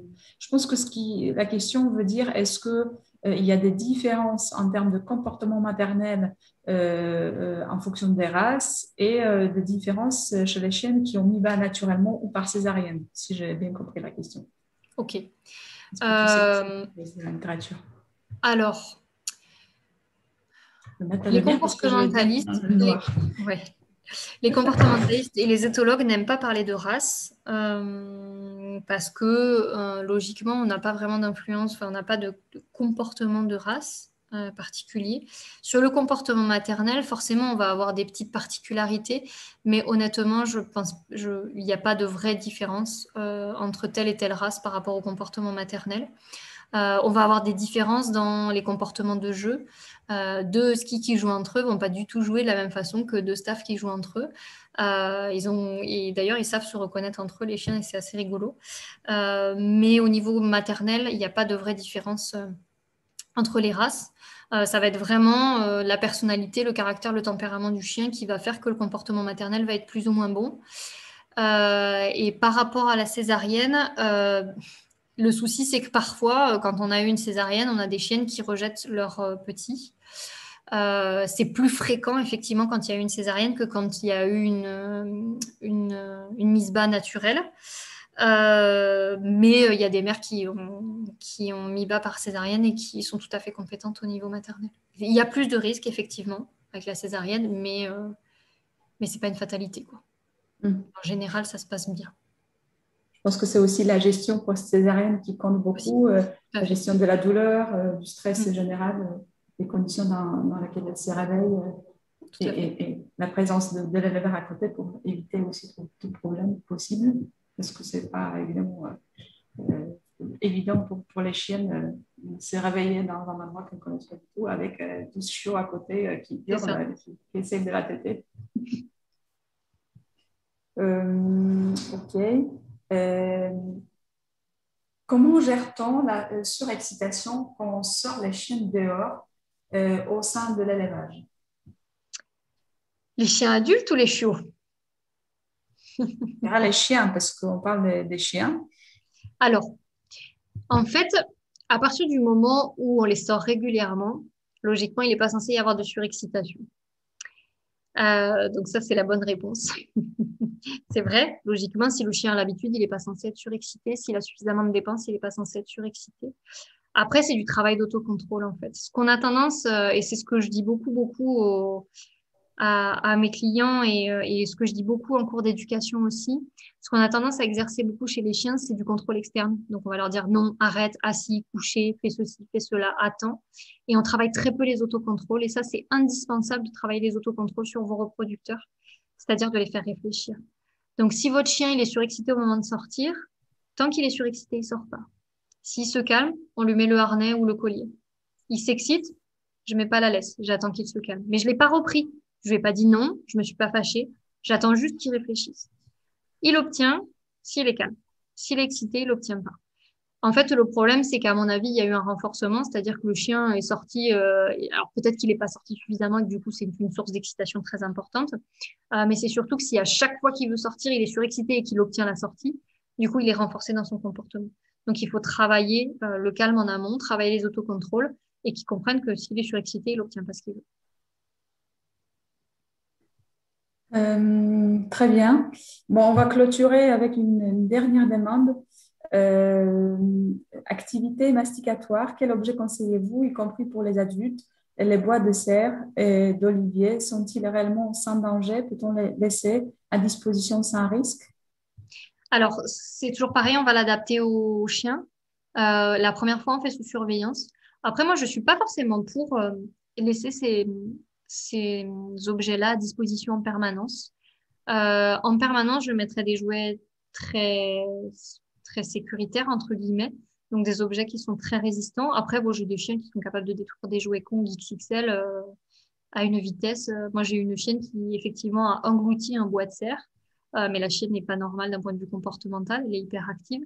Par contre, des chiens normaux, j'en ai quand même très souvent. Et les bois de serre sont très, très, très résistants. Honnêtement, pour casser un bois de serre, c'est très, très difficile. Il ronge vraiment la moelle. Donc, pour moi, c'est quelque chose qui est très, très, très safe. Après, ce qu'il faut faire, c'est le donner quand vous êtes là déjà, pour voir comment le chien se débrouille. Et s'il le gère bien, vous pouvez le laisser sans surveillance. Les bois d'olivier, les bois de caféier, moi j'ai tendance à les laisser plus ou moins sur surveillance. C'est-à-dire qu'en fait, c'est des bois vraiment qui se délitent en tout petits morceaux. Donc c'est pareil, ça va être adapté en fonction du chien. Si vous avez des chiens qui sont très destructeurs, il va vous le ronger en moins de deux. Donc ce ne sera pas forcément une bonne chose. Vaut mieux un bois de cerf ou un sabot de veau ou des choses comme ça, un pied de cochon, voilà, des choses un peu comme ça. Mais le bois d'olivier, honnêtement, je trouve ça assez résistant et ça se délite vraiment en tout petits morceaux. Et je préfère ça plutôt qu'un bout de bois à l'extérieur qui va ronger et casser très très vite. C'est plutôt sécuritaire. Plutôt. Après, voilà, le bois d'olivier, le bois de caféier, je fais attention, plutôt sous surveillance parce que ça peut se déliter quand même. Mais dans tous les cas, les premières fois que je donne des nouvelles choses à un chien, je vois comment il le gère et s'il le gère bien, ok. Si par contre il a tendance à le détruire, ben, je fais sous surveillance. Donc on adapte. Merci beaucoup, Océane. Est-ce que tu as un dernier mot à faire passer à nos élèves avant qu'on se quitte? Bah déjà, encore merci de m'avoir écouté. Et surtout, je pense que pour le mot de la fin, vraiment penser à que vous êtes vraiment les interlocuteurs privilégiés par rapport aux adoptants. Nous, on les voit en second plan en tant que vétérinaire. Et vous avez un rôle très, très, très, très important dans le choix des individus que vous allez leur confier, dans le choix des adoptants. Il vaut mieux rater une vente plutôt que de regretter 6 mois plus tard ou de récupérer le chiot ou le chaton 6 mois plus tard parce qu'en fait, ça ne matchait pas et que vous ne l'aviez pas senti au départ.